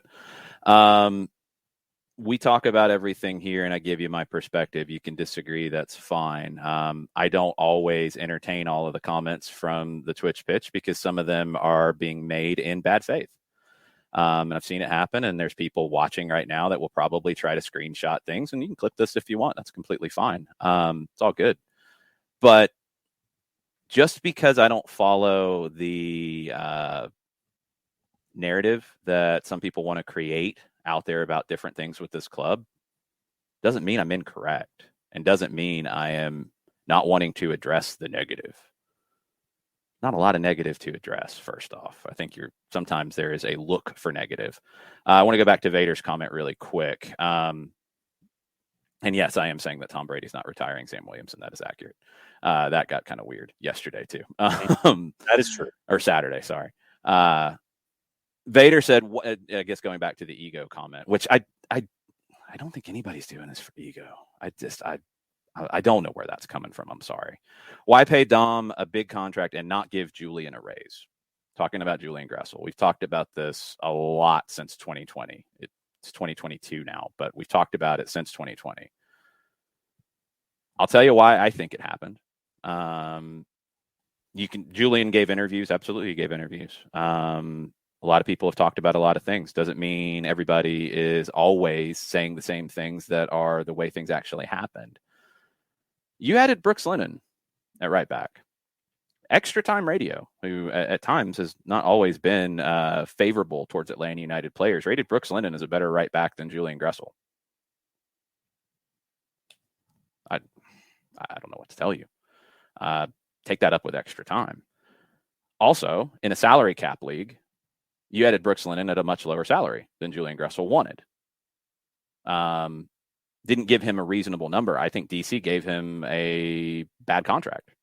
If you want to be perfectly honest, I think what DC gave Atlanta in terms of allocation money for him and in the new contract they signed, I think DC signed a bad contract. And as we've talked about in this preseason, DC has had salary cap issues.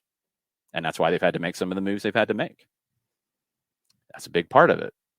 So I don't think it was ever a straight up Jurgen Damm for Julian Gressel. You want to talk about the decision there. I think it was Brooks Lennon for Julian Gressel, to be specific. And I think Atlanta won that deal 100%. And again, disagree. That's completely fine. Don't think I'm the only one who thinks that. And I think from a cap perspective, it was by far a better deal.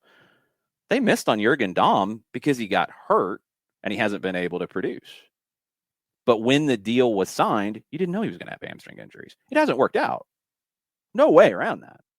Would have loved to have had that cap money to do other things with. But it wouldn't have been to re-sign Julian Gressel because you'd already added Brooks Lennon. That was already done. So when we're having this conversation, like, we've got to think about how things actually went down timeline-wise. And you got to understand that at times you do have to make cap-related moves. You can't keep everybody. You can't just sign everybody to new deals and do it, because then you end up Green Bay Packers land, New Orleans Saints land, DC United land, of having no flexibility to make moves. I don't think Atlanta United's ever been in that spot. They weren't able to re-sign everybody after 2019. You also get a bunch of allocation money to start a team that doesn't last forever, and you got to space it out. They won a title. They won 3 trophies. You want to include Campeones Cup in their first 3 years. LAFC hasn't done that. Cincinnati, New York City didn't do that in their first 3 years. Miami, like, who's had a better first 3 years? Exactly. In modern times, you don't go to Chicago in 1998. Oh, okay, they won their first year. It's the third year of the league. There were 12 teams. Does that mean you're going to win every one? No, you can't. And you can't keep everybody either. You just can't, not in a cap league. So there's a lot of things that went into that. But no, I don't think it was at all Jurgen Damm over Julian Gressel. And the timeline doesn't match that. If you want to have the Brooks Lennon over Julian Gressel conversation, I've had it. I know there's people who don't like Brooks Lennon or his game or comparing it to Julian or whatever. There's nothing else I can get into with that. That's just personal preference. But in terms of a cap situation, Brooks Lennon has given you similar production at a far lower salary. And that's just how it goes. So that's where I am on it. And I'm sorry if that's different. I'm sorry if that's a disagreement with people. It's not personal.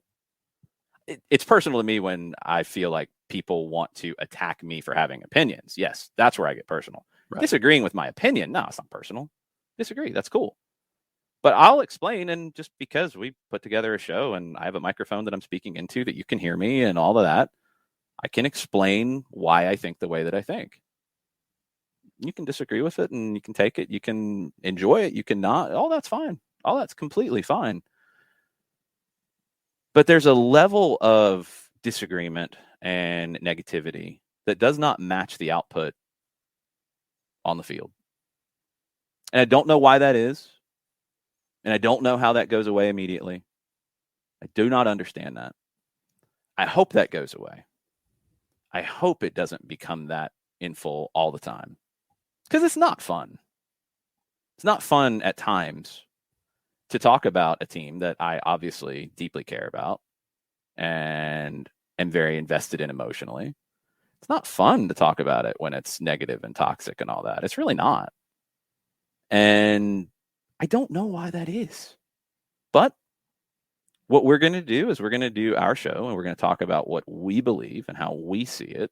And we're going to try to bring you as much accurate information as we can. And we'll talk about things that are out there that maybe are not proven yay or nay yet. And we'll talk about the levels of belief we have in them. And that's what we'll do. And that's all we can do. And we'll have takes that you do not agree with. And we'll have takes that you agree with.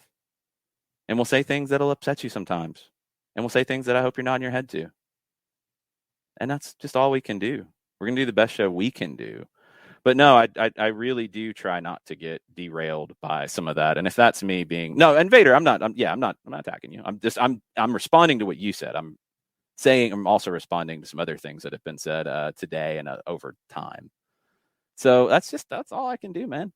That's all I can do. So everybody's got their favorites. Everybody's got their players that they enjoy, but you do have to try to take a step back sometimes and get the big picture. So I really, and it's why I do fight against it. And it's why I do bring these things up from time to time. I just hope that it doesn't become so negative, so toxic all the time. Like some fan bases we see around the world. Atlanta's not the only one. That's not a unique thing to Atlanta United at times. But I hope that doesn't become the recurring feeling about it. I really do. Because that's just not as fun. It's not as welcoming. It's not going to draw people in. It just, I don't know. It's not a good feeling. But if that's how the majority of people who follow this team want to consume this team and consume the game and consume sports, it can't be stopped. But consume it however you want and have the conversation as much as we want. I try, and I've said this before, and I don't think there's another show that has as much interaction as we have had over the years. So the idea of us avoiding negative comments, I think, is really funny. Because I don't think anybody else even engages as much. And that's fine. Everybody does their own thing. We're doing 10 plus hours a week. We're going to go back and forth. We're going to repeat some things. We're going to go deeper into some things. We're structured differently. And we have different perspectives. I'm throwing things at you, not just from a fan perspective, but having worked in teams, having studied the game deeply, trying to understand the salary cap, all the issues with it. And I'm going to give you that perspective. Doesn't make it right. Also doesn't make it wrong. So do the best we can. That's all we can do. But Vader, no, all good. It's all good. It's a weird thing. Make it. Let me say this as to finish up this part. Let me say this because I'm definitely going to try as we do the show and we talk about these things to not get bogged down in this part of it as the season goes on. It's preseason, so bear with me. As you're listening, as you're going to games, as you're talking to your friends about the team, make your experience following your team what you want it to be. Don't let anybody else change that for you. If you're angry, you're angry. If you're happy, you're happy. If you like this player, you like this player. Make it yours. And embrace it. And if you don't like the positivity around something or the negativity around something, still have your opinion. But think through it. Think through the way you think about these things. Think through why you might be swayed one way or the other. Think through where things are coming from, all this stuff. Think through all of this as you go through it. But make the experience what you want it to be. Nobody can tell you how to be a fan. Don't let anybody tell you how to be a fan. Don't let anybody tell you how to feel. Feel your feelings. And we'll see what happens with it. But if you want more detail on at least the current transfer window, go back and listen to Darren's comments from yesterday. He was also on the game broadcast. We weren't able to get quite as deep into it on the game broadcast because, it's a game. But he did mention some of the same things there. But about 15 minutes with Darren yesterday. Go back and listen to that. That'll give you a good perspective and a very open perspective, honestly, about kind of where things stand in this transfer window specifically. Okay. This Bello move is weird, John, because with Germany's window ending here quickly, I kind of thought we would have heard something this morning getting it done. Or is it, where as long as something is in, some piece of paperwork is into the league office by an hour and 22 minutes from now, then it's okay as long as some. But it's not okay forever. No. It buys you, what, in England, that buys you an hour? Yeah. So, okay, you might have to 1 o'clock. Still, it's 10:39 right now. Yeah. It could be done. It just hasn't been announced yet. They could be announcing it a little bit later. But, talking to Darren yesterday, seeing the reports, and not seeing anything big this morning, I think it gets done. It sounded like the positivity was that it would get done. It sounded like that everybody was positive that it would get done, to be clear. And waiting. Because if it doesn't, then what? Because it's doable, but it's trickier. A lot of leagues wouldn't be in play after tonight. There would be a few that are, but I don't think they're the leagues that it sounds like Bello wants to go to. Right. Which is part of this equation as well. Wanting to do right by the player is something that we've always. Not even just do right by the player, but if he wants to go to a specific club, not even just if the player wants a move, but if the player wants to go to the specific club, then try to get him there, and we'll see if it gets done. I would expect that it will. That was the feeling I had last night. Nothing has, I guess, come out to say that it's not. Right. But We haven't seen the negative. Yeah, the quiet is like Mm-hmm. Derek Ray yesterday afternoon had some comments from Samir Arabi, who is the sporting chief of Armenia Bielefeld. Called Bello, quote, an exciting player who have had our eyes on for a while. The plan was to allow Bello some adaptation time, but the expectation that he would be able to compete for a place at some stage in the second half of the season. And that was it. The transfer fee is supposed to be around €600,000. Atlanta get a share of any subsequent sell-on, contract until 26, a new contract until 26. It would apply to if they get relegated as well. That is from Kicker and comments, or Derek Ray translating, but it's from the Kicker publication in Germany.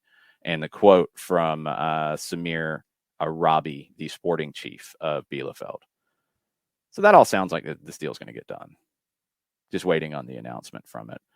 I did think it was funny yesterday, Darren talking about people becoming a fan of a German club they probably haven't heard of. Yeah, that kind of gave you what's happening here. So it sounds like this thing is going to happen, but you're running up against the deadline a little bit. You are still getting, and this is where you got to manage your Twitter well here. You're still getting people tweeting and sharing reports from like early Saturday, which isn't that long ago, but linking him to Cercle Brugge, not Club Brugge, different club in Brugge, 7th place in the table as opposed to, I think, 1st. But yeah, that's not on the cards right now. Quotes from Manuel Veth of Transfermarkt, also Bundesliga News has this from Sky in Germany in a couple hours ago. So we're looking at stuff from around the 8 o'clock hour. We are in the home stretch and will confirm the deal when the ink is dry. That's Samir Arabi, the sporting chief at Bielefeld, probably about 2.5 hours ago at this stage. So there you go. That's the latest on George Bello. You got an hour and 17 minutes. Yeah, and maybe a little more time if you have that opportunity in Germany. We'll just have to see. But it sounds like they all think this is going to happen. So be on the lookout for announcements out of Bielefeld and how this would go. I don't know the timing of how announcements would go, which order they would go, all that kind of stuff. But be on the lookout for this stuff pretty quick. What else from yesterday stands out to you? Or what else from Transfer Rumor Palooza stands out to you, John? Well, we got a couple of updates. Okay. What we got? It looks like Dele Alli to Everton is a go, according to Fabrizio Romano, on a permanent because of the loan issues and the loan ceiling that Everton has. Yeah. BBC is reporting that the Ndombele loan to Lyon is a go. We've already seen the picture released with the jersey in Lyon 2022 with Ndombele holding it up. But the buy option of 65 million euro that we were talking about when the show started is now not mandatory as a part of this deal. Okay. So the record signing for Spurs is back with Lyon. And the latest with Aubameyang from David Ornstein, Barcelona and Arsenal talks for Aubameyang have broken down over salary. The 32-year-old's returning to London from what is said to have been a family trip to Barcelona. Unless Barca finds major money, it is off, according to Ornstein. And Barcelona's stuck by the Dembele situation. They have not been able to move him. He won't sign a new deal, so they can't clear the space to add any more players, to register any more players is what it comes down to. It's not so much the being able to pay a transfer fee or a loan fee. It's about being able to actually register the player. They're not going to have the room unless Dembele leaves or signs a new contract that stretches money out over time. That's what they did with Umtiti when they weren't able to sell him or move him. They signed him to a new deal that allowed them to register think in that case it was Dani Alves and Ferran Torres. So Barcelona's stuck. Vader asks, where is Dom going? That was a rumor from late last week, and there hasn't been any follow-up on it. So I do not know. There wasn't an outgoing place at that time. It was just a rumor that Felipe Cardenas said and I think he said per Atlanta United. I don't think he said per an Atlanta United source. It happened yet. I think Dom on with the team, if I Instagram stories correctly, at least he was at the training ground. But no, I don't know. And there hasn't been any follow-up or any reporting outside of where he would go. Club America is still the one that I keep looking at from a Mexican club that needs a winger, that has tried to get a winger, that hasn't gotten one. But there has not been any rumors or links there about Club America and Dom. So I don't know where he's going or if he's going, Vader. That's all I know at this point. No updates. The Mexican window is still open. The Mexican window, and I will get the exact date. If you have any other countries you want to ask about, I can pull up the list right now. FIFA kind of buries this in a PDF in their transfer window section thing on their website with the updated dates. Mexico, as I scroll down to the M's, is open through February 1st. So it looks like one bonus day in Mexico to deal with. The Lithuanian League, I don't think you're going to send anybody to Lithuania, but if you wanted to, you would actually have until, let me make sure I got the right thing. You would have until March 18th in Lithuania. That's where it gets weird, is you've got some that do have different dates. Turkey is one of the bigger ones that has typically had a little extra time, and it does here. It's February 8th in Turkey. So keep that in mind for the window closing. Ecuador, I knew I shouldn't have said this. Ecuador, looking at their incoming dates. Remember, you can still move guys out to a window that is open, but incoming windows. Ecuador is March 25th. Incoming window. Brazil, which is one that has had links to players around here, April 12th. Argentina, another one that has had links to players around here, February 19th. Okay. That's what we have. Modiflow, I hate you. That's what I got. I think that's everybody. And, of course, MLS, just so you know, you can add players in this window up until May 4th. Technically, your window doesn't open until February 10th, but we know how that stuff works. May 4th is the close of the MLS window. So that gets interesting. Austria, Bern, thank you. February 7th is their incoming window, and in this conversation where it comes to Taxi Funtas, if they can get a replacement before their window closes on February 7th, then they might let Funtas go to DC early. That's the last one I can think of. I can't think of any other countries that have been mentioned with MLS moves, players going there or loans or whatever. I think that's all the main ones. Well, but keep an eye, considering what Charlotte has been doing and pulling in countries that we didn't have on the bingo card. But that's pulling guys in is not the issue. Right. And that, I think at times it gets confusing. Like this transfer window today is the majority of the major European leagues. It's the big five are all today. There's others that are today. Turkey's got an extra week on it. Mexico's got an extra day. A lot of South America isn't closed. A lot of them, it's mid-February like Argentina. It's late March like Ecuador. It's early April, like Brazil. But today, it's to bring players into the big five leagues and some others in Europe. Those leagues can still sell after. But the types of guys that will be sold after are guys who you're expendable. They're guys that you're not needing to replace immediately. That does affect who's available.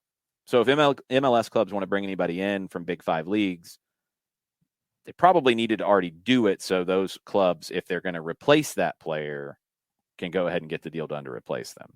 We've had the replacement ideas come up a lot with different players in this window. Juventus with Morata, for example, letting him go. They didn't want to let him go until they had a replacement. Right. Different clubs have had that situation. But in MLS, it's a little tricky because the window's open so long, but you might not be able to take full advantage of that for that long of a period of time, just because not everybody's going to be available after this. A couple of other things quickly. It looks like the Ekitike deal with Newcastle is now off. That's been on and off like nonstop. Yeah, and it appeared that it was Newcastle was willing to go to 25 plus 8. They'd had it as high as 33, and so now it is back off again. And now Dele Alli it's a 2.5-year deal, and the fee is dependent.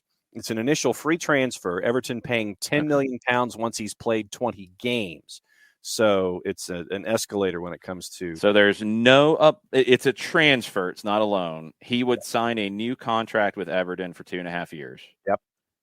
They would pay $10 million when he plays a certain level of games. 20. Okay, so there's no upfront cost, and then $20 million if he plays a certain number of games, according to Matt Law at the Daily Telegraph.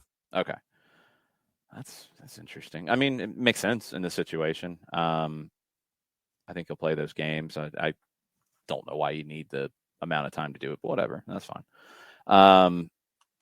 Okay. Dele Alli moving, that needed to happen probably 2 years ago, but okay, it's finally happening.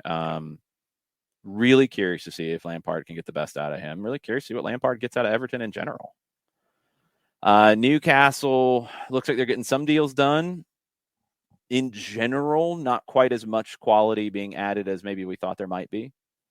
What have they added in this window at this stage? Let's see. Guimaraes. You're right. Which is the big one. That's a big addition. Dan Burn on the defense. Literally a big addition. We'll see if the quality matches the size. Yeah, 6'7". And let's see, they're battling for Jesse Lingard now as well. Newcastle, and it looks like the fee that Manchester United is looking for has been dropped from 12 million to 9 million pounds. Transfer or loan? The loan fee, because that's still a large loan fee. Yeah, and they've dropped the loan fee by 25%, but Manchester United still wants the salary paid in full for Jesse Lingard. Yeah, hey, they're in the pole position here. They got the player. They added Wood. Right. I mean, that might have hurt Burnley more than helped them. But then Burnley goes and gets Weghorst, which probably a better player. So maybe it didn't help them. What helped them is the fact that they don't care about the vaccination status. So they get, I think the numbers back it up. Weghorst is a better player up top than Wood. So Burnley might have actually come out of that pretty good and made a couple bucks on that release clause, which I thought maybe the benefit to that deal is Newcastle taking a top player away from a team they're competing with, but that might have blown up in their face a little bit. Yep. They should have enough to stay up. I kind of thought they had enough to stay up to begin with. Yeah. They've strengthened. Still chasing Diego Carlos. I didn't think that was still a chase. I thought that was not happening. And Connor Cody, apparently. They're lining up something with Wolves for Connor Cody. We'll see if that sticks today. It feels like they're scrambling a little bit at this stage, which, I mean, is tough. The article in The Athletic about their strategy, again, I mean, I'm going to play off of the local team a little bit with this. The Newcastle strategy with their local window, you talk about chaotic, you talk about not getting things done in a proper way. That's what it's seeming like. I think they're figuring it out on the fly and not doing a good job of that. Yeah. And probably going to have to make a couple of bad deals today to fully strengthen the squad the way they want. They can handle that. They got the money to do it. But I think they could have had a better strategy. I think they could have tried to do better. Maybe it wouldn't have worked. And we don't know everything about how every deal has gone down. As I said about Atlanta United stuff earlier, you hear things, you see things reported. You're not getting always the full story of all of it. But I think we've seen enough from Newcastle and heard enough to at least say that their approach has been scattered. Yes. And not very well organized. It's been a lot of, okay, let's go after this guy. Oh, that's not working. Let's try to go back here. Let's go over here. Let's go over here. Maybe it's just the way it's been reported, but it has felt a little random and scattered at times. They can still fix that before the window closes. They can still add more pieces to be able to, I think, feel better about staying up. Yeah, remember Matt Target is allegedly undergoing a medical, coming over from Aston Villa on a loan, and it looks like Jeff Hendrick has been loaned out to the Championship as well. Okay, it's not a huge deal there. Looks like the Ramsey to Rangers thing is going down. That's going to be the case. So I guess he decided, sitting in his private jet terminal, I'll plan C with the pilot. Send me to Glasgow. That's a big move for Rangers as they're trying to strengthen to win the Scottish title. They dropped points this weekend in a weird game. Dropped points late in that one. Looked like they were going to come back and get the win. They ended up dropping points in stoppage time. Quickly, another U.S. player in Europe, Taylor Booth. Utrecht is pushing for a transfer now. Bayern was thinking about it. Looks like Bayern has rejected that, so he's going to stay at Bayern with their second team, really. I think he's made some benches here and there as they've had a bunch of players out, but looks like he will be headed to Utrecht in the summer, potentially. He's out of contract. They're just not going to let him go yet. I'm guessing some of that is down to just players being available at the moment. But that's also with about an hour left in the window in Germany. So that could change. We'll take some questions really quick before we go. It's about 5 till. Try to go about 2 hours these days. Some of you guys tried to make us go 3 all the time. That's too much. Come on. Too much. It'll happen occasionally. Don't worry. Something crazy will go down and we'll go 3 hours. We'll follow flights like we have in the past. Well, soccer over there doesn't have a set end time. It just goes. It just goes till it ends. Mm-hmm. And we'll have that tonight. It might be a long one tonight. Who knows? We are not staying until the Euro window closes. Sean Vergara, you are a savage. Ricky, non-transfer related question. Do we know why the Open Cup didn't release their first round pairings yet? Yeah. Go for it. All right. I'm going to take a sip. I'm just going to listen. It's 4 letters.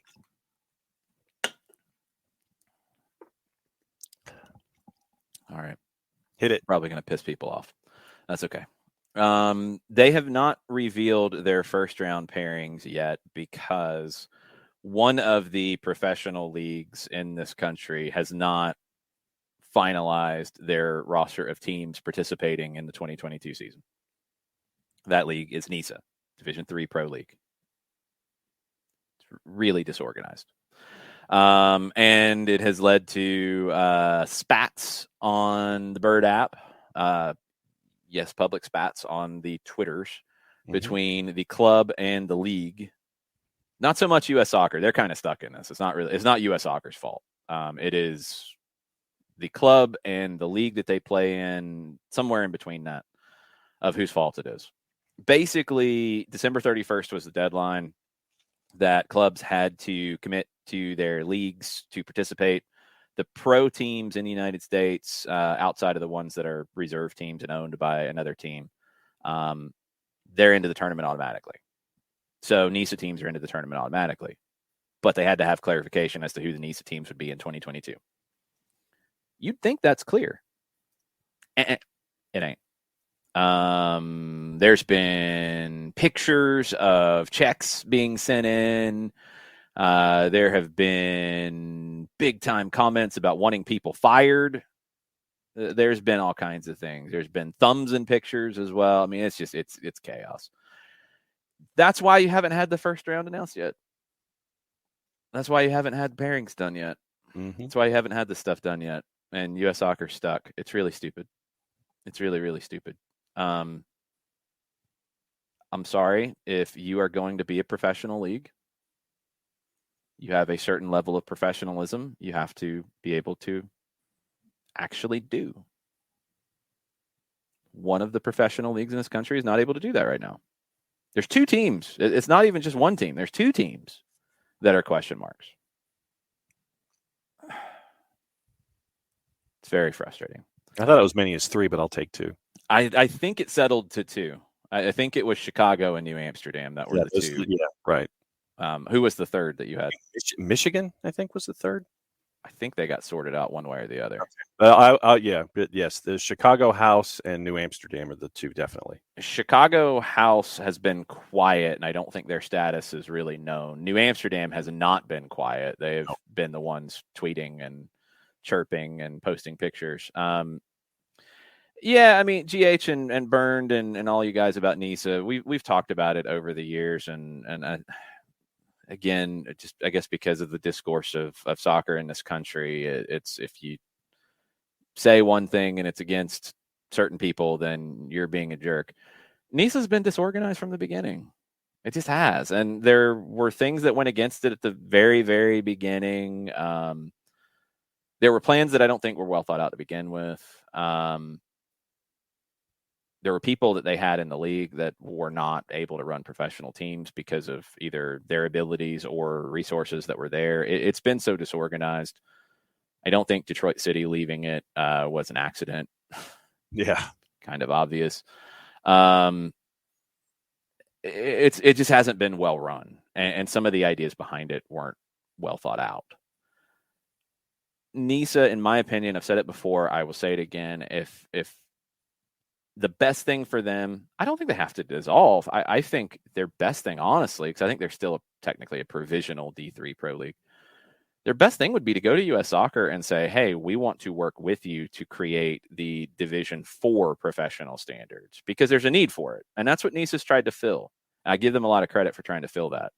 With the teams that come up from the amateur game, whether it's, USL League 2, an NPSL, a UPSL, local amateur, that have the ability to do more and go pro. That's a good thing. An incubator kind of situation, good thing. I think NISA has tried to do that along with trying to compete with USL League 1. It's sometimes trying to compete with USL Championship, it feels like. And it's been muddled and out of whack.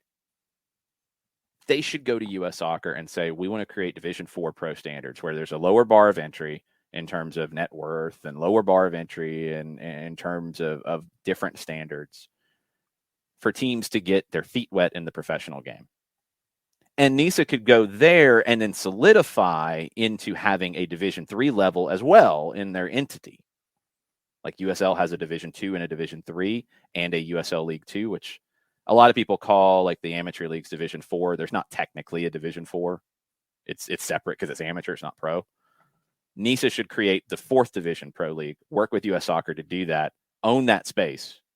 And when you have teams that are stable and good and well run and are making some money and are not going anywhere year after year, have a Division 3 league on top of that.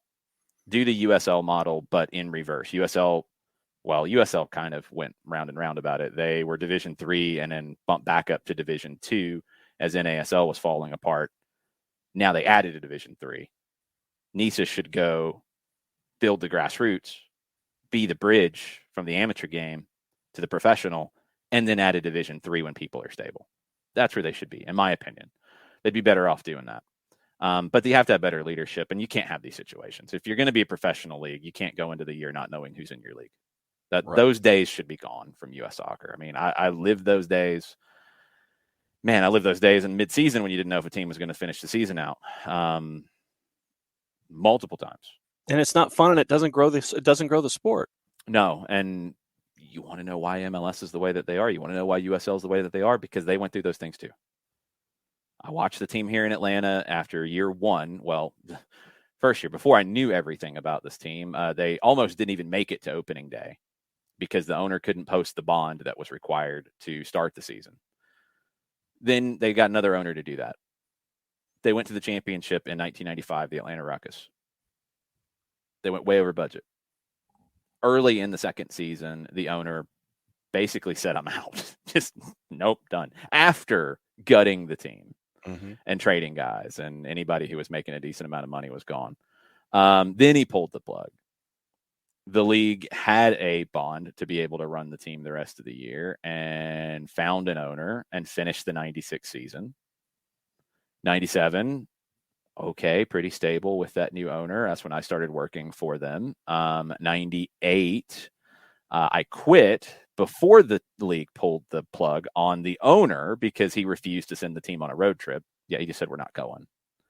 They had a bond to finish the season out on, a letter of credit that you had to post before the season if you couldn't finish the season. Luckily they did, because that's how they finished the season, and literally signing players to contracts the day of the game in the locker room on a per game payment basis. 1998, not that long ago.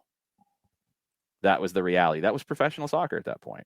You had teams throughout the 2000s in the USL come and go, poorly run, not enough money to get a season done, not enough money to finish a season. Not many teams folded or nearly folded in mid-season. That wasn't super common. But you had a lot of teams that had one and dones.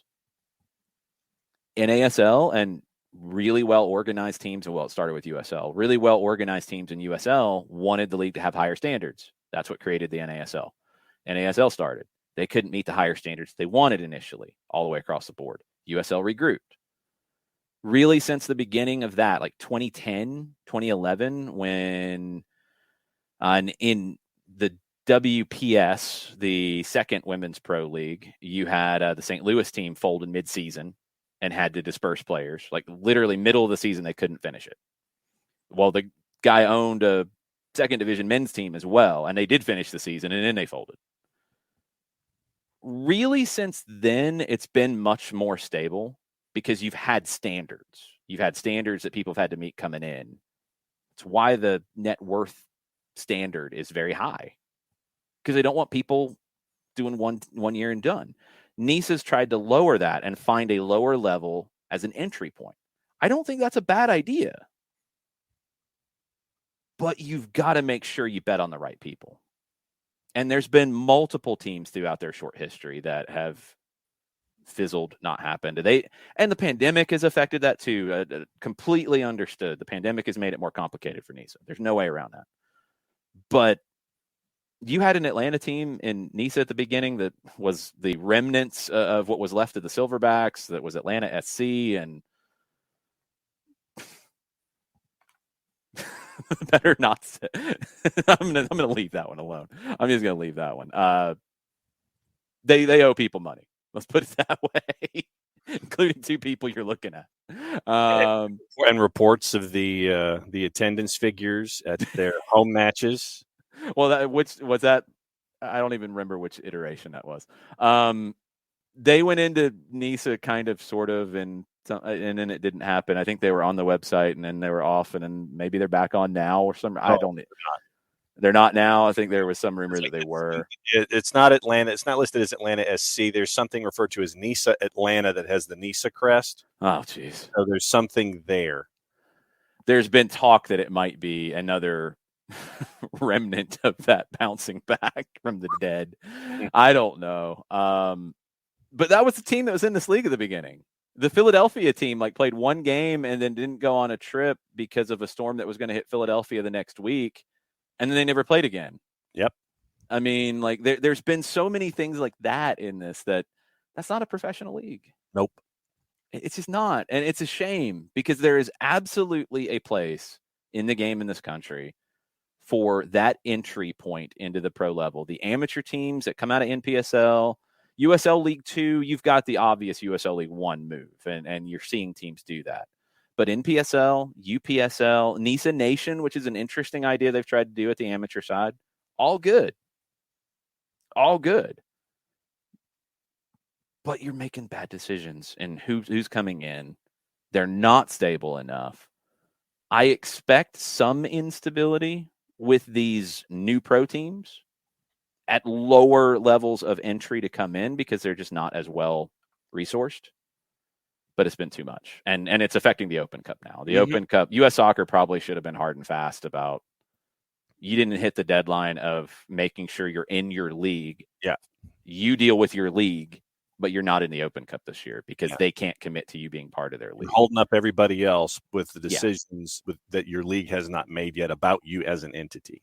Yeah, if you want to throw fault at U.S. Soccer, that's the fault for me. Is they probably should have said, well, your membership in your league is unclear, so you can't participate. Deadline's out. That's it. Okay, other things to finish up with, and hola bocadillo tortilla. Hola. Well, all right, I'm gonna scroll back and try to hit these a little quick. Welcome, Brett. Good to see you. Man, y'all had a lot to say since I asked for questions. That's a good thing. I'm going to try to go very fast. I am excited about following the Open Cup, Ricky. Absolutely. This part's a little stupid. Once it gets going, it'll be fine. It's going to be a lot of fun this year. Yeah, Uncle, I think the deadline part was just a little hard to follow, but I think what U.S. Soccer probably should have done is your league membership is unclear, so you're not in. Take it up with your league. And then New Amsterdam and NISA could have fought on Twitter for everybody's enjoyment. Very good question, Katie. How can a team named Chicago House be quiet? That's a good one. They lost their sporting director, CJ Brown, because he went to join the Chicago Fire as an assistant coach. So that's maybe part of it. And I don't know if Peter Wilt's got the finances to continue it. They tried to play at Bridgeview. And I mean, they were drawing a few hundred people and playing at a stadium that seated 20. That's not a good setup, and I would imagine they had to pay rent, so that's probably not good. They got to figure that out. Sean Vergara, I'm absolutely a jerk. Don't even worry about it. It's all good. Let's see. GA says it'd be better that all NISA teams maybe join USL or MLS Next Pro, and MLS Next Pro is Division III professional level as well. I think you will see some teams go in there, but MLS will probably have a pretty high bar of who they're allowing in. Yes. So you won't have the NISA teams that are unstable. Where do they go? And there does need to be somewhere for them to go. And I think that's why they need to figure out a Division IV standard level. That's where I'm at. Modiflow, I don't know when the transfer window in Sao Tome and Principe ends. I'm not looking it up. I already closed that window. This is where John was a little confused, and I didn't know this detail, and now it makes a little more sense. So they don't, like Chicago House and New Amsterdam don't have the same owner exactly, but the owner of New Amsterdam is married to the owner of Chicago House. Okay. So they're not the same. It's not owned by the same entities, but there's obviously some kind of a relationship behind the scenes. I did not know that, Ricky. If that is not accurate, please somebody tell me. But yeah, that makes things more complicated. Could you imagine the conversations around the dinner table? No, I'm not imagining that. I'm not imagining that at all. I want no part of imagining that. Abby, yes. The lizards would not be in Minnesota, but it is cold enough in Florida that lizards are dropping from trees. That is true. It's iguana dropping temperatures in Florida. And when the ground that they are on heats up, they finally do respond, and then they get up and walk away. But yeah, they literally, iguanas will fall out of trees and they'll be on the pavement, and you'll think they're dead. But once the pavement underneath them warms up and the body of the iguana warms up, then they just flip right over and walk right away. That's wild. The iguanas are very smart. They want no part of Minnesota. So, sorry, Minnesota. I mean, you've given us many good things over the years, like Prince and Soul Asylum and the Replacements, and many, and Husker Du and bands and all kinds of great stuff. Man, you're freaking cold. It's going to be rough on Wednesday. The iguanas are not migrating to Minnesota, that's for sure. No. Burns says USL seems well run. Disagree with them kicking the reserve teams out, but other than that, they know what they're doing. Yeah, it took them a while. I mean, USL went through their issues like we talked about in the 2000s, first decade. I mean, they had the comings and goings like everybody else. It's what created NASL. Where I think USL deserves a ton of credit is they kind of took their medicine. They lost some teams to NASL. They regrouped. They accepted being a Division III pro league while NASL was the Division II. And they rebuilt. And they became a D2 league at the same time NASL was going into their last year, I think, 2017. NASL couldn't meet the standards that were needed, and USL continued to elevate theirs. And the new standards that NASL wanted ended up benefiting USL, even though it was a reaction to USL not having good enough standards. Like that's what's crazy about the soccer wars with Z's. Is it ended up benefiting the one that it hurt initially. It really helped USL because they started to be able to hit those standards because they needed to have standards. NASL just forced it on them, and NASL sacrificed themselves, I guess. They are well run. It's very well run. I like what they've done with USL League One. I like where they're going. I think they could have probably been more amenable to having MLS reserve teams if MLS teams wanted to play in that league. I think it could have been a good thing for everybody involved. If they wanted to set higher standards for those teams than MLS Next Pro would have or whatever, that's all fine. It's their league. They can do what they want. I think across the board, just saying, no, we don't want you. It's a question. It's not a guarantee bad thing, in my opinion. The independent teams are going to want to be able to run their own league and make their own decisions, and we'll see if that is the right move.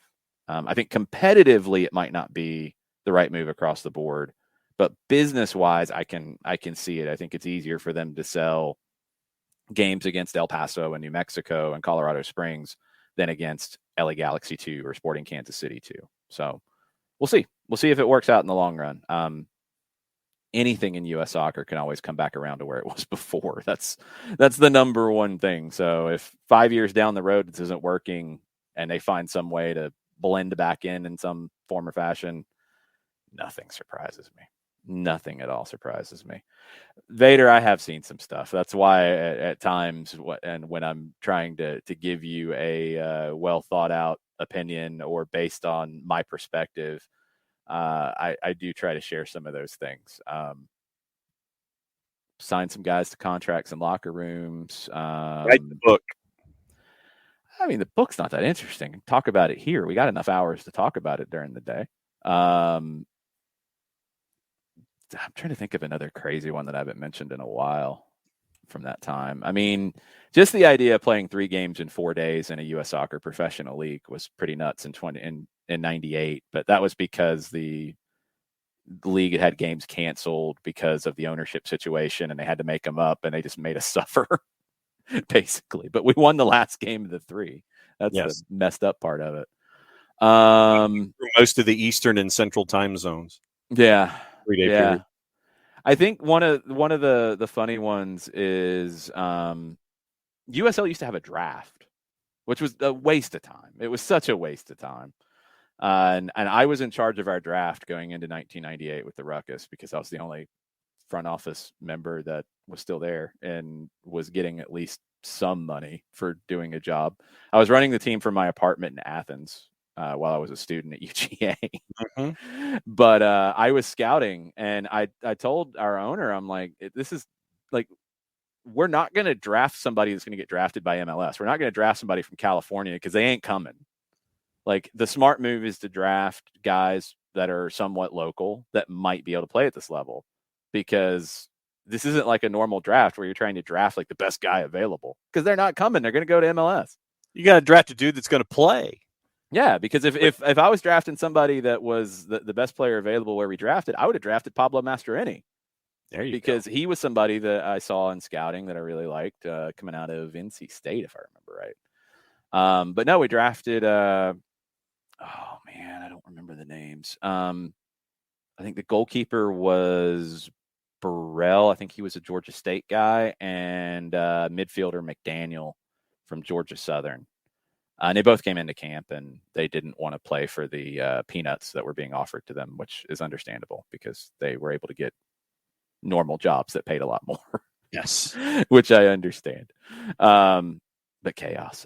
Vader, what did Atlanta United do with the extra property they bought a couple of years ago? Nothing yet. I think if I remember right, they bought it, or did it wasn't exactly like bought. They did the option on it. I think they had the option on it for a while. Did it in 19, maybe even early 20. So it was pre-pandemic. I'm assuming they haven't done anything with it due to the pandemic. I don't know what the plan is. I mean, with the academy and the size of it, with the second team and the first team, the building and the locker rooms and the training facility, it's pretty full. Mm-hmm. So could it be field space and building space? That's my guess. Yeah. Just because, like, if you wanted to add like more academy teams, or if they do add a women's team, like, you're going to have more space. Like, you're going to have to add some stuff. So, that's my guess. I don't know detail or what it is, but they still have it. I mean, they did the option on it, so it's theirs. I think the pandemic probably slowed down any development of it. Burned. I think there'll be more and more international transfers out of USL in the future. Good talent in that league, being on ESPN Plus, good for international scouts. All of the above, absolutely. And that's one of the best things that's happening in USL right now. Is guys creating that market of what a USL player moving to an overseas league is. And we're seeing a few. It's a good step. We've talked about it with MLS. Like, when you do start talking about bottom lines, and luckily MLS teams, the ownership, the level of investment that's coming in, these guys aren't making it or breaking it on transfer fees. They're okay if they lose money each year. Not a ton, as the Forbes, profit and loss numbers that they've projected have come out. I mean, like Toronto and NYC lose double figures, between 10 and 25 million, I think, roughly. Yes. If I remember right? Especially Toronto. Depending, yeah. But that's kind of a write-off for them, because they're paying more salary, or in NYC, they're renting Yankee Stadium. You sell one guy, you flip it. Like, I think Vancouver one year was 7 or 8 million negative in what Forbes projected their P&L to be. Well, you sell one Alphonso Davies, boom, you're good. You're good for that year. For USL teams, you're spending less, you're making less, but you sell one guy for $1 million, boom, you've made it for the year. You're good, and you're dealing with a different level of investment. You probably do need to make some of those sales from time to time to make your numbers work. Mm-hmm. That's big for USL. You can start to get to where you're selling guys for $1 million with a sell-on fee down the road. Cool.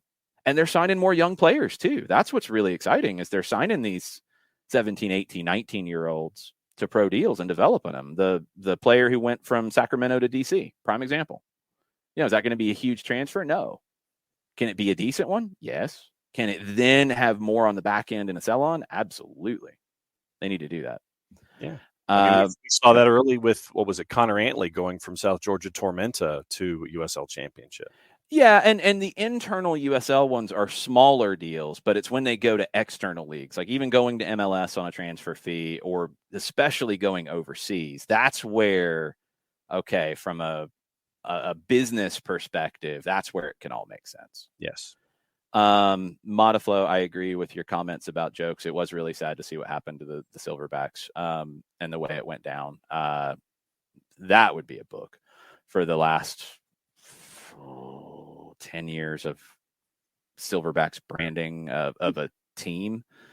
Because you had USL, you had them leave USL, you had them sell Makumba Kanji and make a good transfer on that. That was one of the first bigger transfers from a second division team to a first in this country. Then you went on hiatus. Then they were brought back from the dead by Traffic Sports, and we know how Traffic Sports saga has turned out. Mm-hmm. Then you had local ownership for a year. Then they said, nope, we're not funding it anymore. Then you had the league fund it for a year. Then you almost had the league funded again for another year. And then all of a sudden in late January, they said, yeah, we're not funding it. Bye. It's over. Yeah. And then it ended up back in NPSL, which was not really the Silverbacks, but they tried to spin it that it was, but it wasn't. It was the Silverbacks reserves, that since you didn't have a Silverbacks, you didn't have to put reserves on the end, but it was a separate franchise entirely.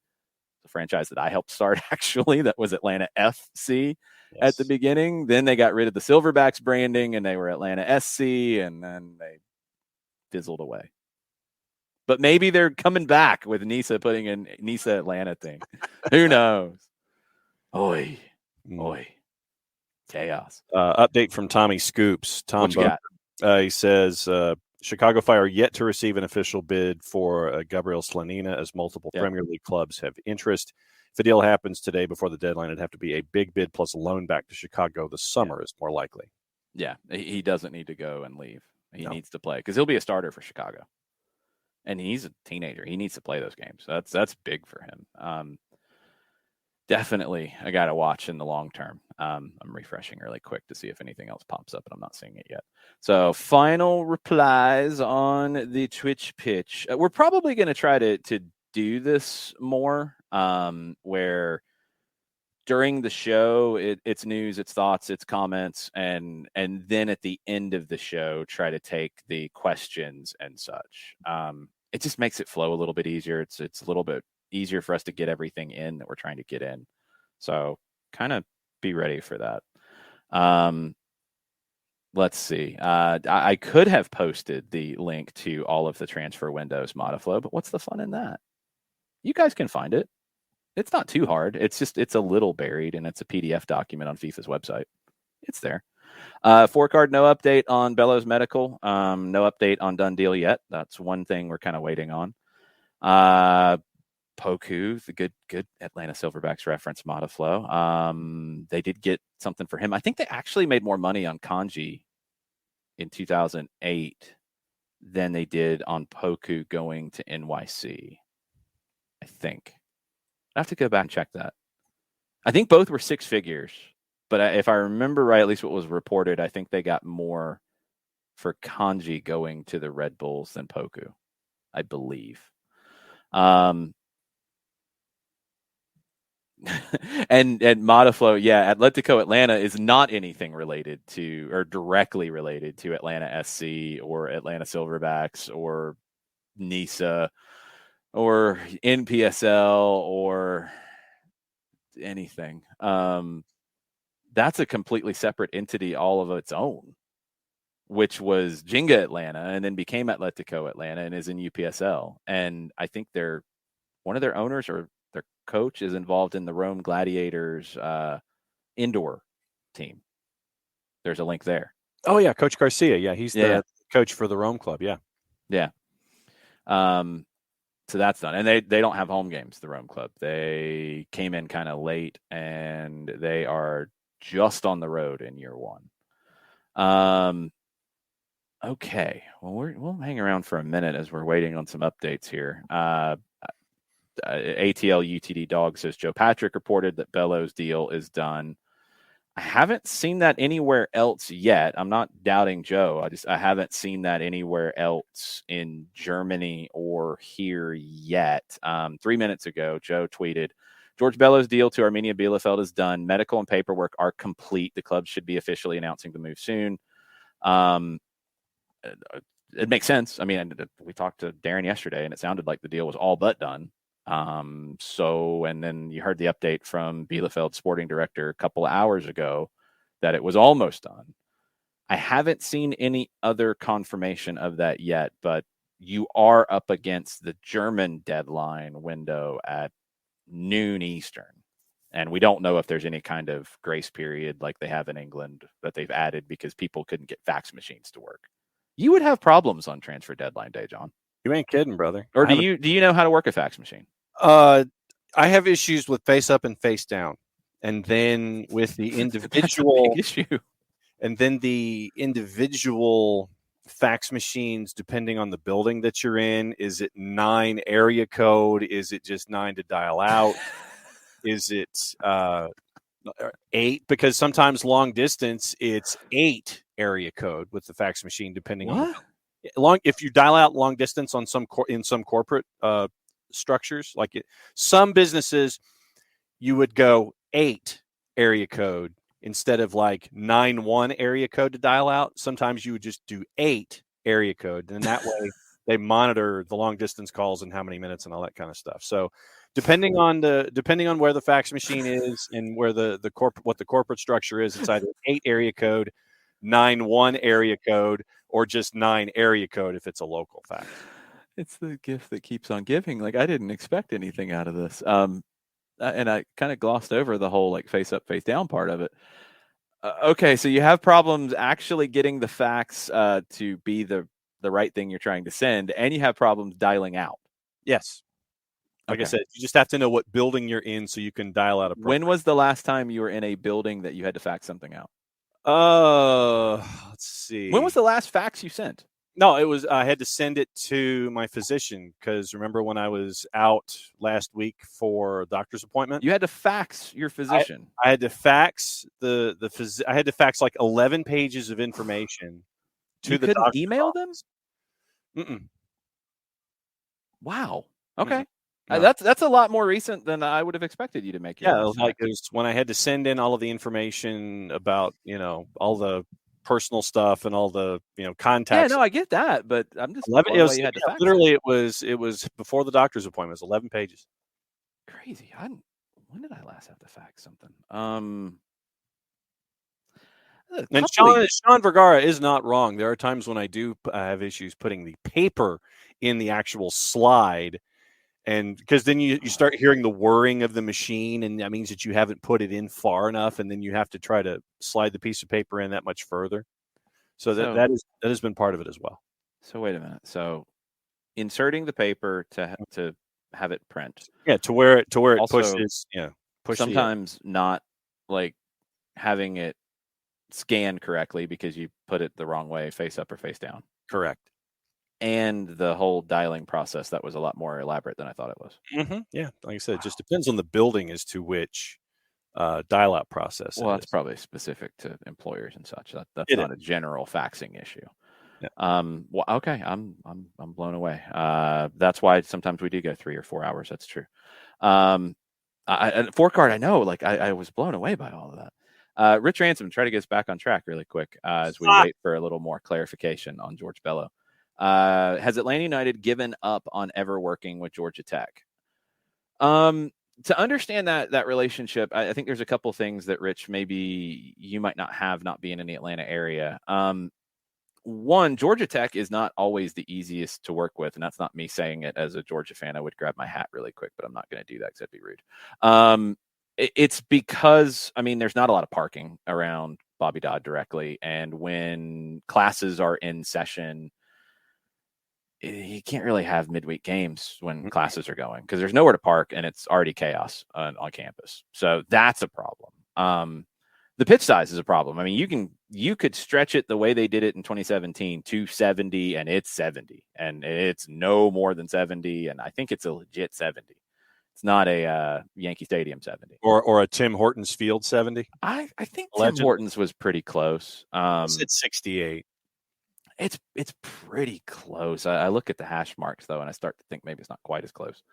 I think Bobby Dodd was right at 70, which is narrow.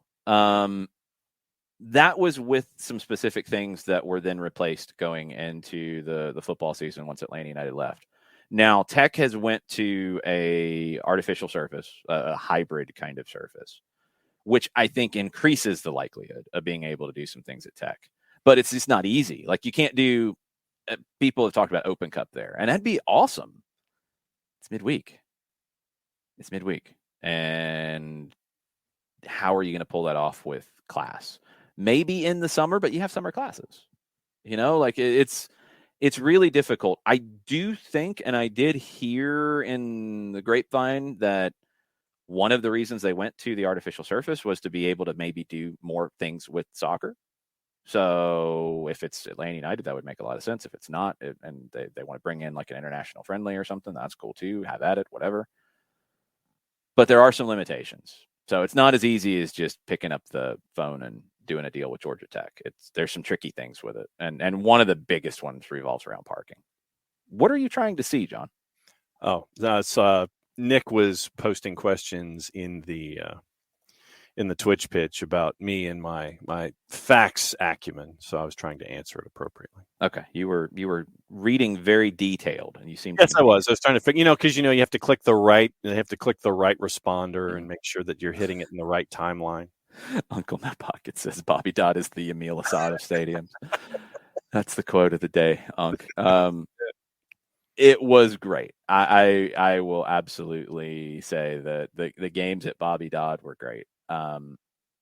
That was, I think Darren's called it Project Lemonade.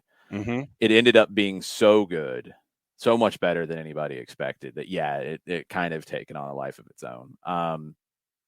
They were really good. The last game there will always be my favorite game from Bobby Dodd. The opener is its own thing. It's game one. It's its own little story. The last game against Orlando there was amazing. A late afternoon kick, national TV. You get a late equalizer to get a point. Villalba jumps into the stands. I mean, there were just so many things with it that were amazing. That was the way to go out. But like our broadcast booth, I mean, just looking like at the stadium and it's packed and people are staying up the whole time and the skyline's right behind it. I mean, yeah, it's beautiful. But it wasn't Mercedes-Benz Stadium either. Now, I know there's people who don't like some of the sight lines and some of the things, but you can get into Mercedes-Benz Stadium on time, which wasn't always a thing at Bobby Dodd. People would get stuck trying to get in. I think it's easy to get your concessions and your beers at the Benz when it wasn't always easy at Bobby Dodd, from what I heard. That 2017 season, we went through a run where it felt like games were getting delayed on a weekly basis because of storms. Don't have that problem. It was really good. It was a lot better than I expected it would be. And yes, I did take a certain sicko pleasure out of seeing so much red and black at Bobby Dodd Stadium. Although we see that every other year when George is there anyway, but I digress. Yes. We won a national championship, people. I get to talk a little bit of smack for a while. Just deal with it. Sorry. That's about it. Come on, George Bello deal. We've been kind of trying to hang on here to get this thing done. I am seeing confirmation on the lines, whether it's bathroom lines or waits for anything at Bobby Dodd being ridiculous. So, okay, I feel pretty good. I got there super early. Yes. And I hung around to leave super late because I didn't want to deal with any of the crazy traffic or any of it. So I had to adapt things a little bit to deal with it. At the Benz, I mean, I'm there early anyway, but even the times where, and what season would it have been? 2020, I guess, when we were dealing with pandemic stuff, and you didn't deal with the same type of traffic, so that probably would have changed the scenario entirely. Where we were doing some of the countdown to kickoff stuff a few hours before the game, and I had to finish it and produce it and send it and then go to the stadium. And I'd get there 90 minutes before kick or so, which is a lot later than I like to be there. It was so much easier to get in and out. Just get in quick, be good. And even the times when I've done the crazy doubleheader and gone to Kennesaw for a Tuesday game, I've been able to pull that off and not be late. Mm-hmm. I think the latest I was the time there was a traffic light out on North Side, and I got there 20 minutes before kick. That is true. The second time I did it last year, I was there like an hour before kick, I think. Like I got to Kennesaw in about 30, 40 minutes. Yeah, and you didn't even have the police escort. No, I outran them. Allegedly, maybe. Nah. Kia Soul go pretty fast. Mm-hmm. It's got some get up and go on it. Mm-hmm. It's for sure. Yes, Ricky, we have said Joe Patrick has said that the deal is done. I don't know Joe's sourcing. I believe Joe has had sourcing when it comes to George Bello over the years. So I don't know if it's personal contact, agent contact, or what, but it's not the first time that he has had information related to Bello first. So, I mean, I think it's going to be done. It's a matter of time, but he is the first one to have that. I have not seen it picked up anywhere else just yet. Yeah, I've been scouring and trying to see. Yeah, I have not seen it elsewhere yet. The latest we had heard out of Bielefeld was that it was almost done, and they'd announce it when it was completely done. I mean, they've got 20 minutes in the German window. They could announce it after the window closes. Yes. I said we weren't going to do a 3-hour show, and it looks like we're going to do a 3-hour show, John. I know. It does. Blame Germany. Blame Armenian Bielefeld. Blame Germany. That doesn't work the same way. It No. just doesn't. It just doesn't. I do have 700 hamster power in that Kia Domer. That is accurate. I love my hamster car. And anybody who wants to talk about hamsters in the Kia Soul, I don't care. I love my Kia Soul. It was a pleasant drive back and forth to Athens this weekend. I like getting that car out in the open road. It does move a little quick. You got to sometimes be careful about going too fast in certain parts of the road. You got to be a little careful about that because you'll look down and be like, whoa, whoa, whoa, wait, whoa, because it doesn't feel like you're going that fast. John did not send Bello's paperwork, thankfully, Nick. They do not let John near the fax machine. No, and I do not have. I have scanning capabilities here in Office HD. I do not have fax capabilities. John is in no way in charge of any of this. Check. Thankfully.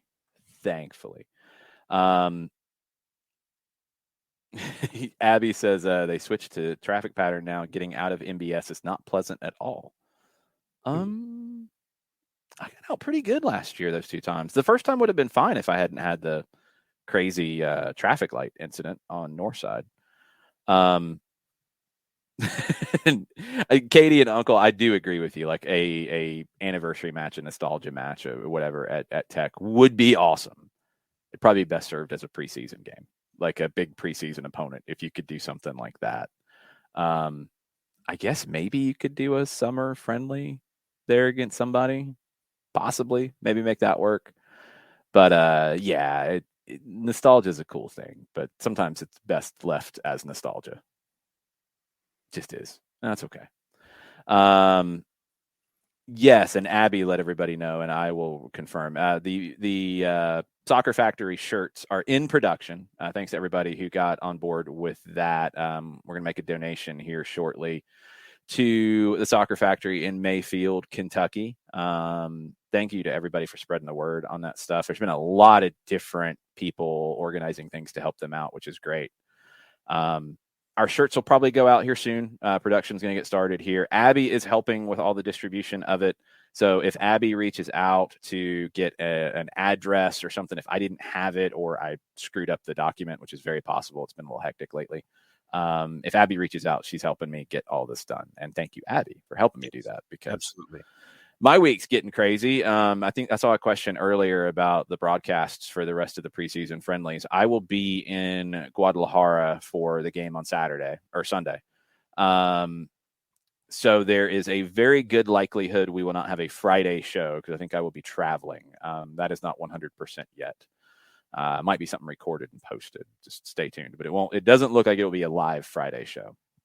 And there will not be a Monday normal show. It might be another set of recordings for Monday because travel back will be happening on Monday.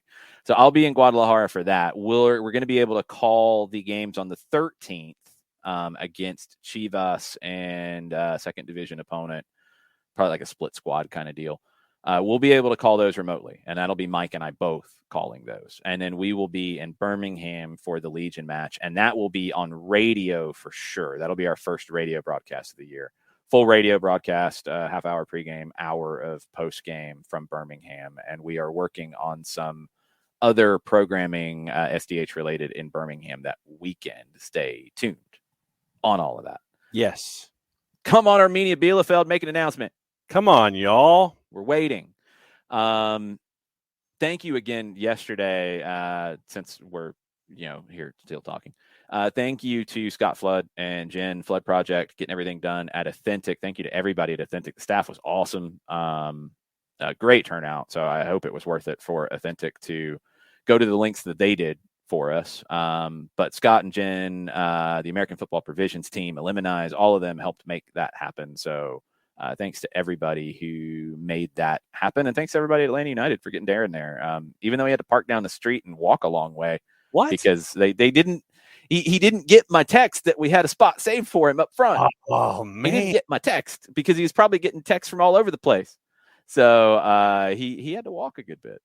So that was disappointing. One thing he said, and I don't want it to get lost, and I think it was a very fun accidental thing that came out yesterday. Outside of transfer window stuff, outside of all that. I asked him because I know he's a music head and he is the karaoke king of the staff parties and all of that. I asked him about what song he would make be like the theme of 2022 for Atlanta United. He had to think about that. But he did say that he wants to engage with the supporters about what song should be played after Atlanta United wins. And, if you watch a game at LAFC and they play Hollywood Swingin' by Kool and the Gang after a win, that's pretty freaking cool. Mm-hmm. Oh, what was the Cambridge United song that he mentioned that they play? I've got a Dance lovely of the Coconuts or something. I've got a lovely bunch of coconuts. Lovely bunch of coconuts. I've got a lovely bunch of coconuts. Okay, cool. You've got teams with things like that have happened, and Atlanta United, it sounds like, wants to have that kind of a tradition. So start thinking about it, start asking, start talking, and that will be something very cool that I think has been needed. Absolutely has been needed.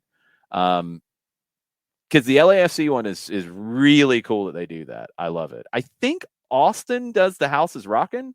Yes, by Stevie Ray. Yes, they do, and That's do cool. that.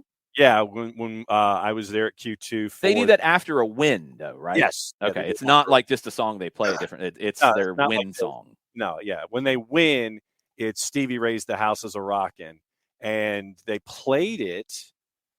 I want to say after, because when I went to Q2 for the women's national team match against Nigeria, I think they did it then as well, as a part of their tradition. Yeah. Okay. People have said Georgia on my mind, and Turner, I get it, but it's not a post-win song. I don't think. Like, they play it at the Benz later in the post-game music list. They play it really late. Maybe it's the second song. It's not up tempo enough. It's not a celebration song. I love it. I love the song. I get the idea, but I don't think it fits that. I just don't think it does. I think it's forcing it. I mean, I would, something being, 700 years old, for me, it would be something like "Oh Atlanta" by Little Feat. You are 700 years old. You don't want to play the Bad Company version? Oh, I could do that too, but just Little Feat, that was just the first one that popped into my head was the Little Feat version. It doesn't have to be an Atlanta song. I think that's one thing to keep in mind here. It doesn't have to be directly like an Atlanta artist or a song about Atlanta. Right. Yeah, I don't know the answer right now, but I've wrestled with the Georgia on my mind thing, and maybe there's a spot to play that works. Maybe it's like a, You'll Never Walk Alone kind of thing. That maybe it's a pregame, maybe it's an earlier in the program kind of thing. I don't know. I don't think it's the song to play after a win, though. I don't. I've thought about that. I know the feel of that song. I did not play it when I did music at Silverbacks games. I did not play it after wins. I think I did play "Oh Atlanta" by Bad Company at least a few times. There weren't a lot of wins when I was controlling the music. True. There were a lot of ties.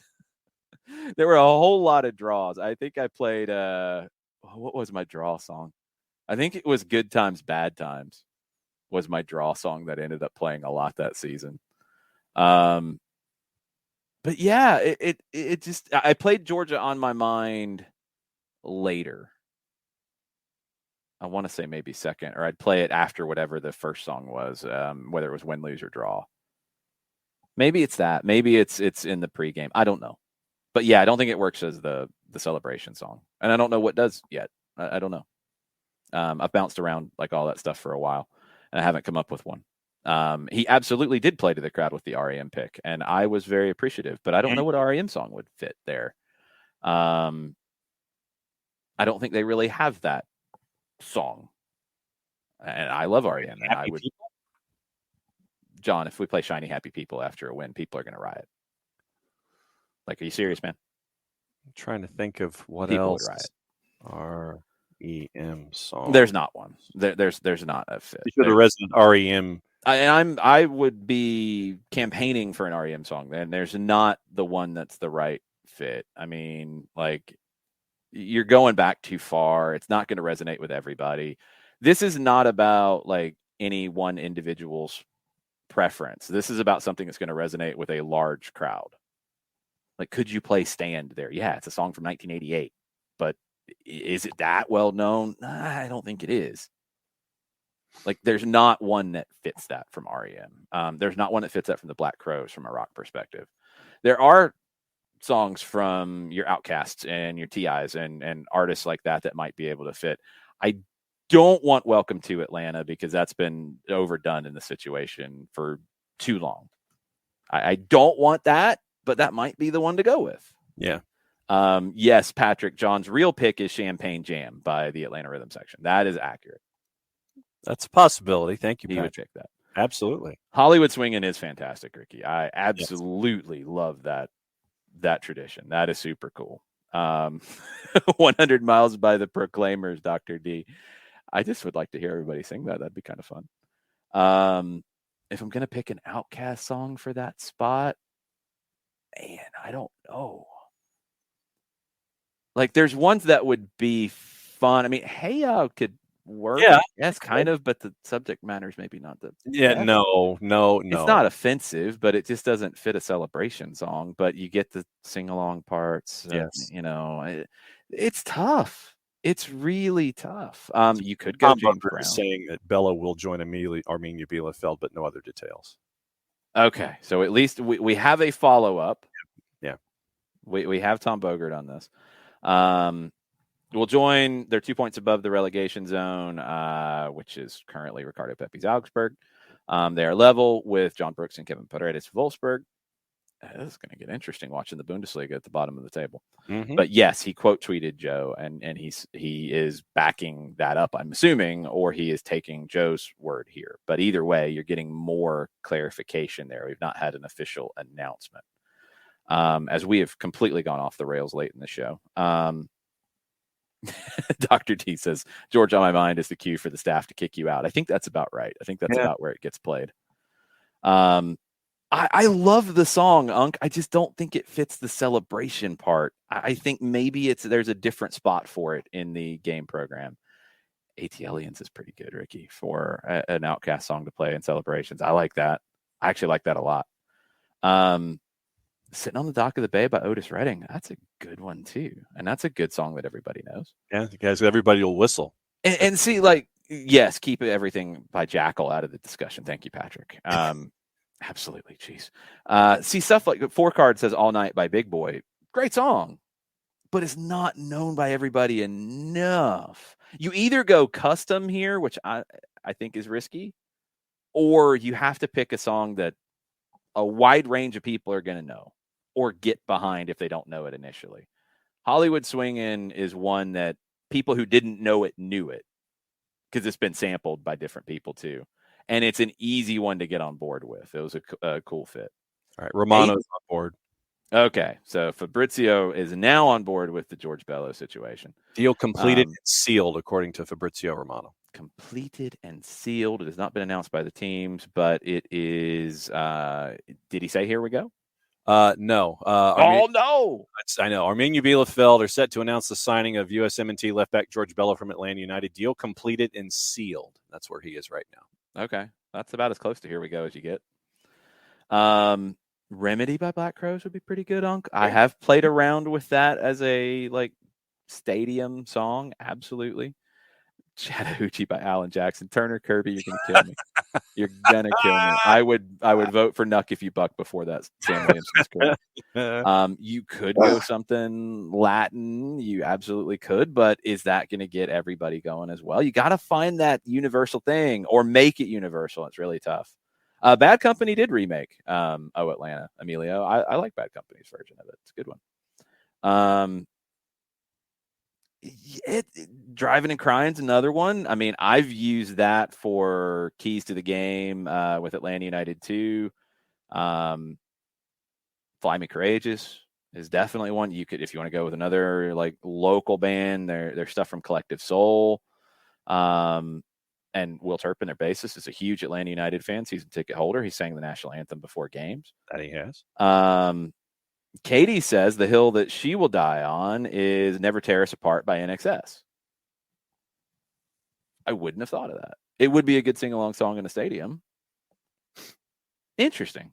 Tafka is saying go a Little Richard with it being a Georgia native. I don't know if there's the right song, though. I just don't know if there's the right song. Georgia on my mind to start at halftime. That's not bad.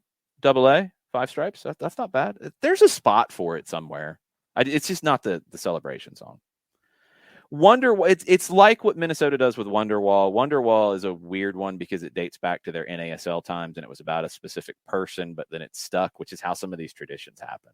Like Oasis doesn't have a connection to Minnesota, but it's worked for them, and it's become a thing to the point that you control them by playing Champagne Supernova after you win the Open Cup final against them. That is true. Which is awesome. Which made me laugh. Yeah, Ricky, welcome to Atlanta is the background music. Well, welcome to Atlanta is sometimes the background music. They've also used, what is the edited title of it? Forget You by CeeLo. They've used that at times too. I've heard that. I absolutely, Elabel, agree with you. Midnight Train to Georgia should be played at some point. That was at Silverbacks games. That was my... okay, now I remember what my thinking was going into it. My thinking was originally at Silverbacks games, much smaller crowd, when I was picking the music, and they were crazy enough to let me do it. I tried Georgia on My Mind as the last song before the walkout. It didn't work. It was too low tempo. I switched it to Midnight Train to Georgia, and it worked pretty good. That was a pretty good, like, right before the walkout, and we didn't have like the MLS anthem that you have to play because you have to walk out to that in MLS. Like, we played a different walkout. I used, oh man, what was it? It was the theme from The Good, the Bad, and the Ugly, which Corona has used in commercials. Pretty common, nothing crazy with that. I wasn't that far ahead of the curve. What else did I do? I did that ex-ambassador song, The Jungle. It's the Silverbacks. It kind of makes sense. Did that as the song after the anthem for a while. I used Goldberg's music after the anthem for a while, which got people going. I used Samoa Joe's NXT theme for a while because it sounded kind of like a Silverback would sound, in my opinion. So that worked. I did a bunch of different things in that phase. I did Bad Street USA. I did that in post-game stuff. Yeah, I didn't do that in pregame. I did that in post-game stuff. My favorite one, though, that at least a couple people got was because it was the Silverbacks and because it was NASL. They'd be late. They'd miss their timing for the walkout. And I would do Midnight Train to Georgia, and I had it timed to end when they're supposed to walk out, and I play the walkout. If they got screwed up, which happened at least every other game, I would play the instrumental to ASAP by T.I. There you go. And a couple people got it. I had somebody tweet at me like, "Oh, I get it. They're late." Yep. That was what I would play. Like, come on. You're missing your cues, people. Y'all late, bro. It was funny. Okay, so we have confirmation by multiple people on Bello to Armenia Bielefeld. We have had music conversations. We have had all kinds of conversations.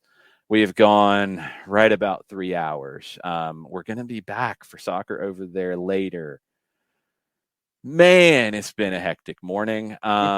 Last note on the board, Charlotte, Nick Kelly, their president, has announced that they have passed 60,000 tickets for their home opener on March 5th against the LA Galaxy. That's pretty good.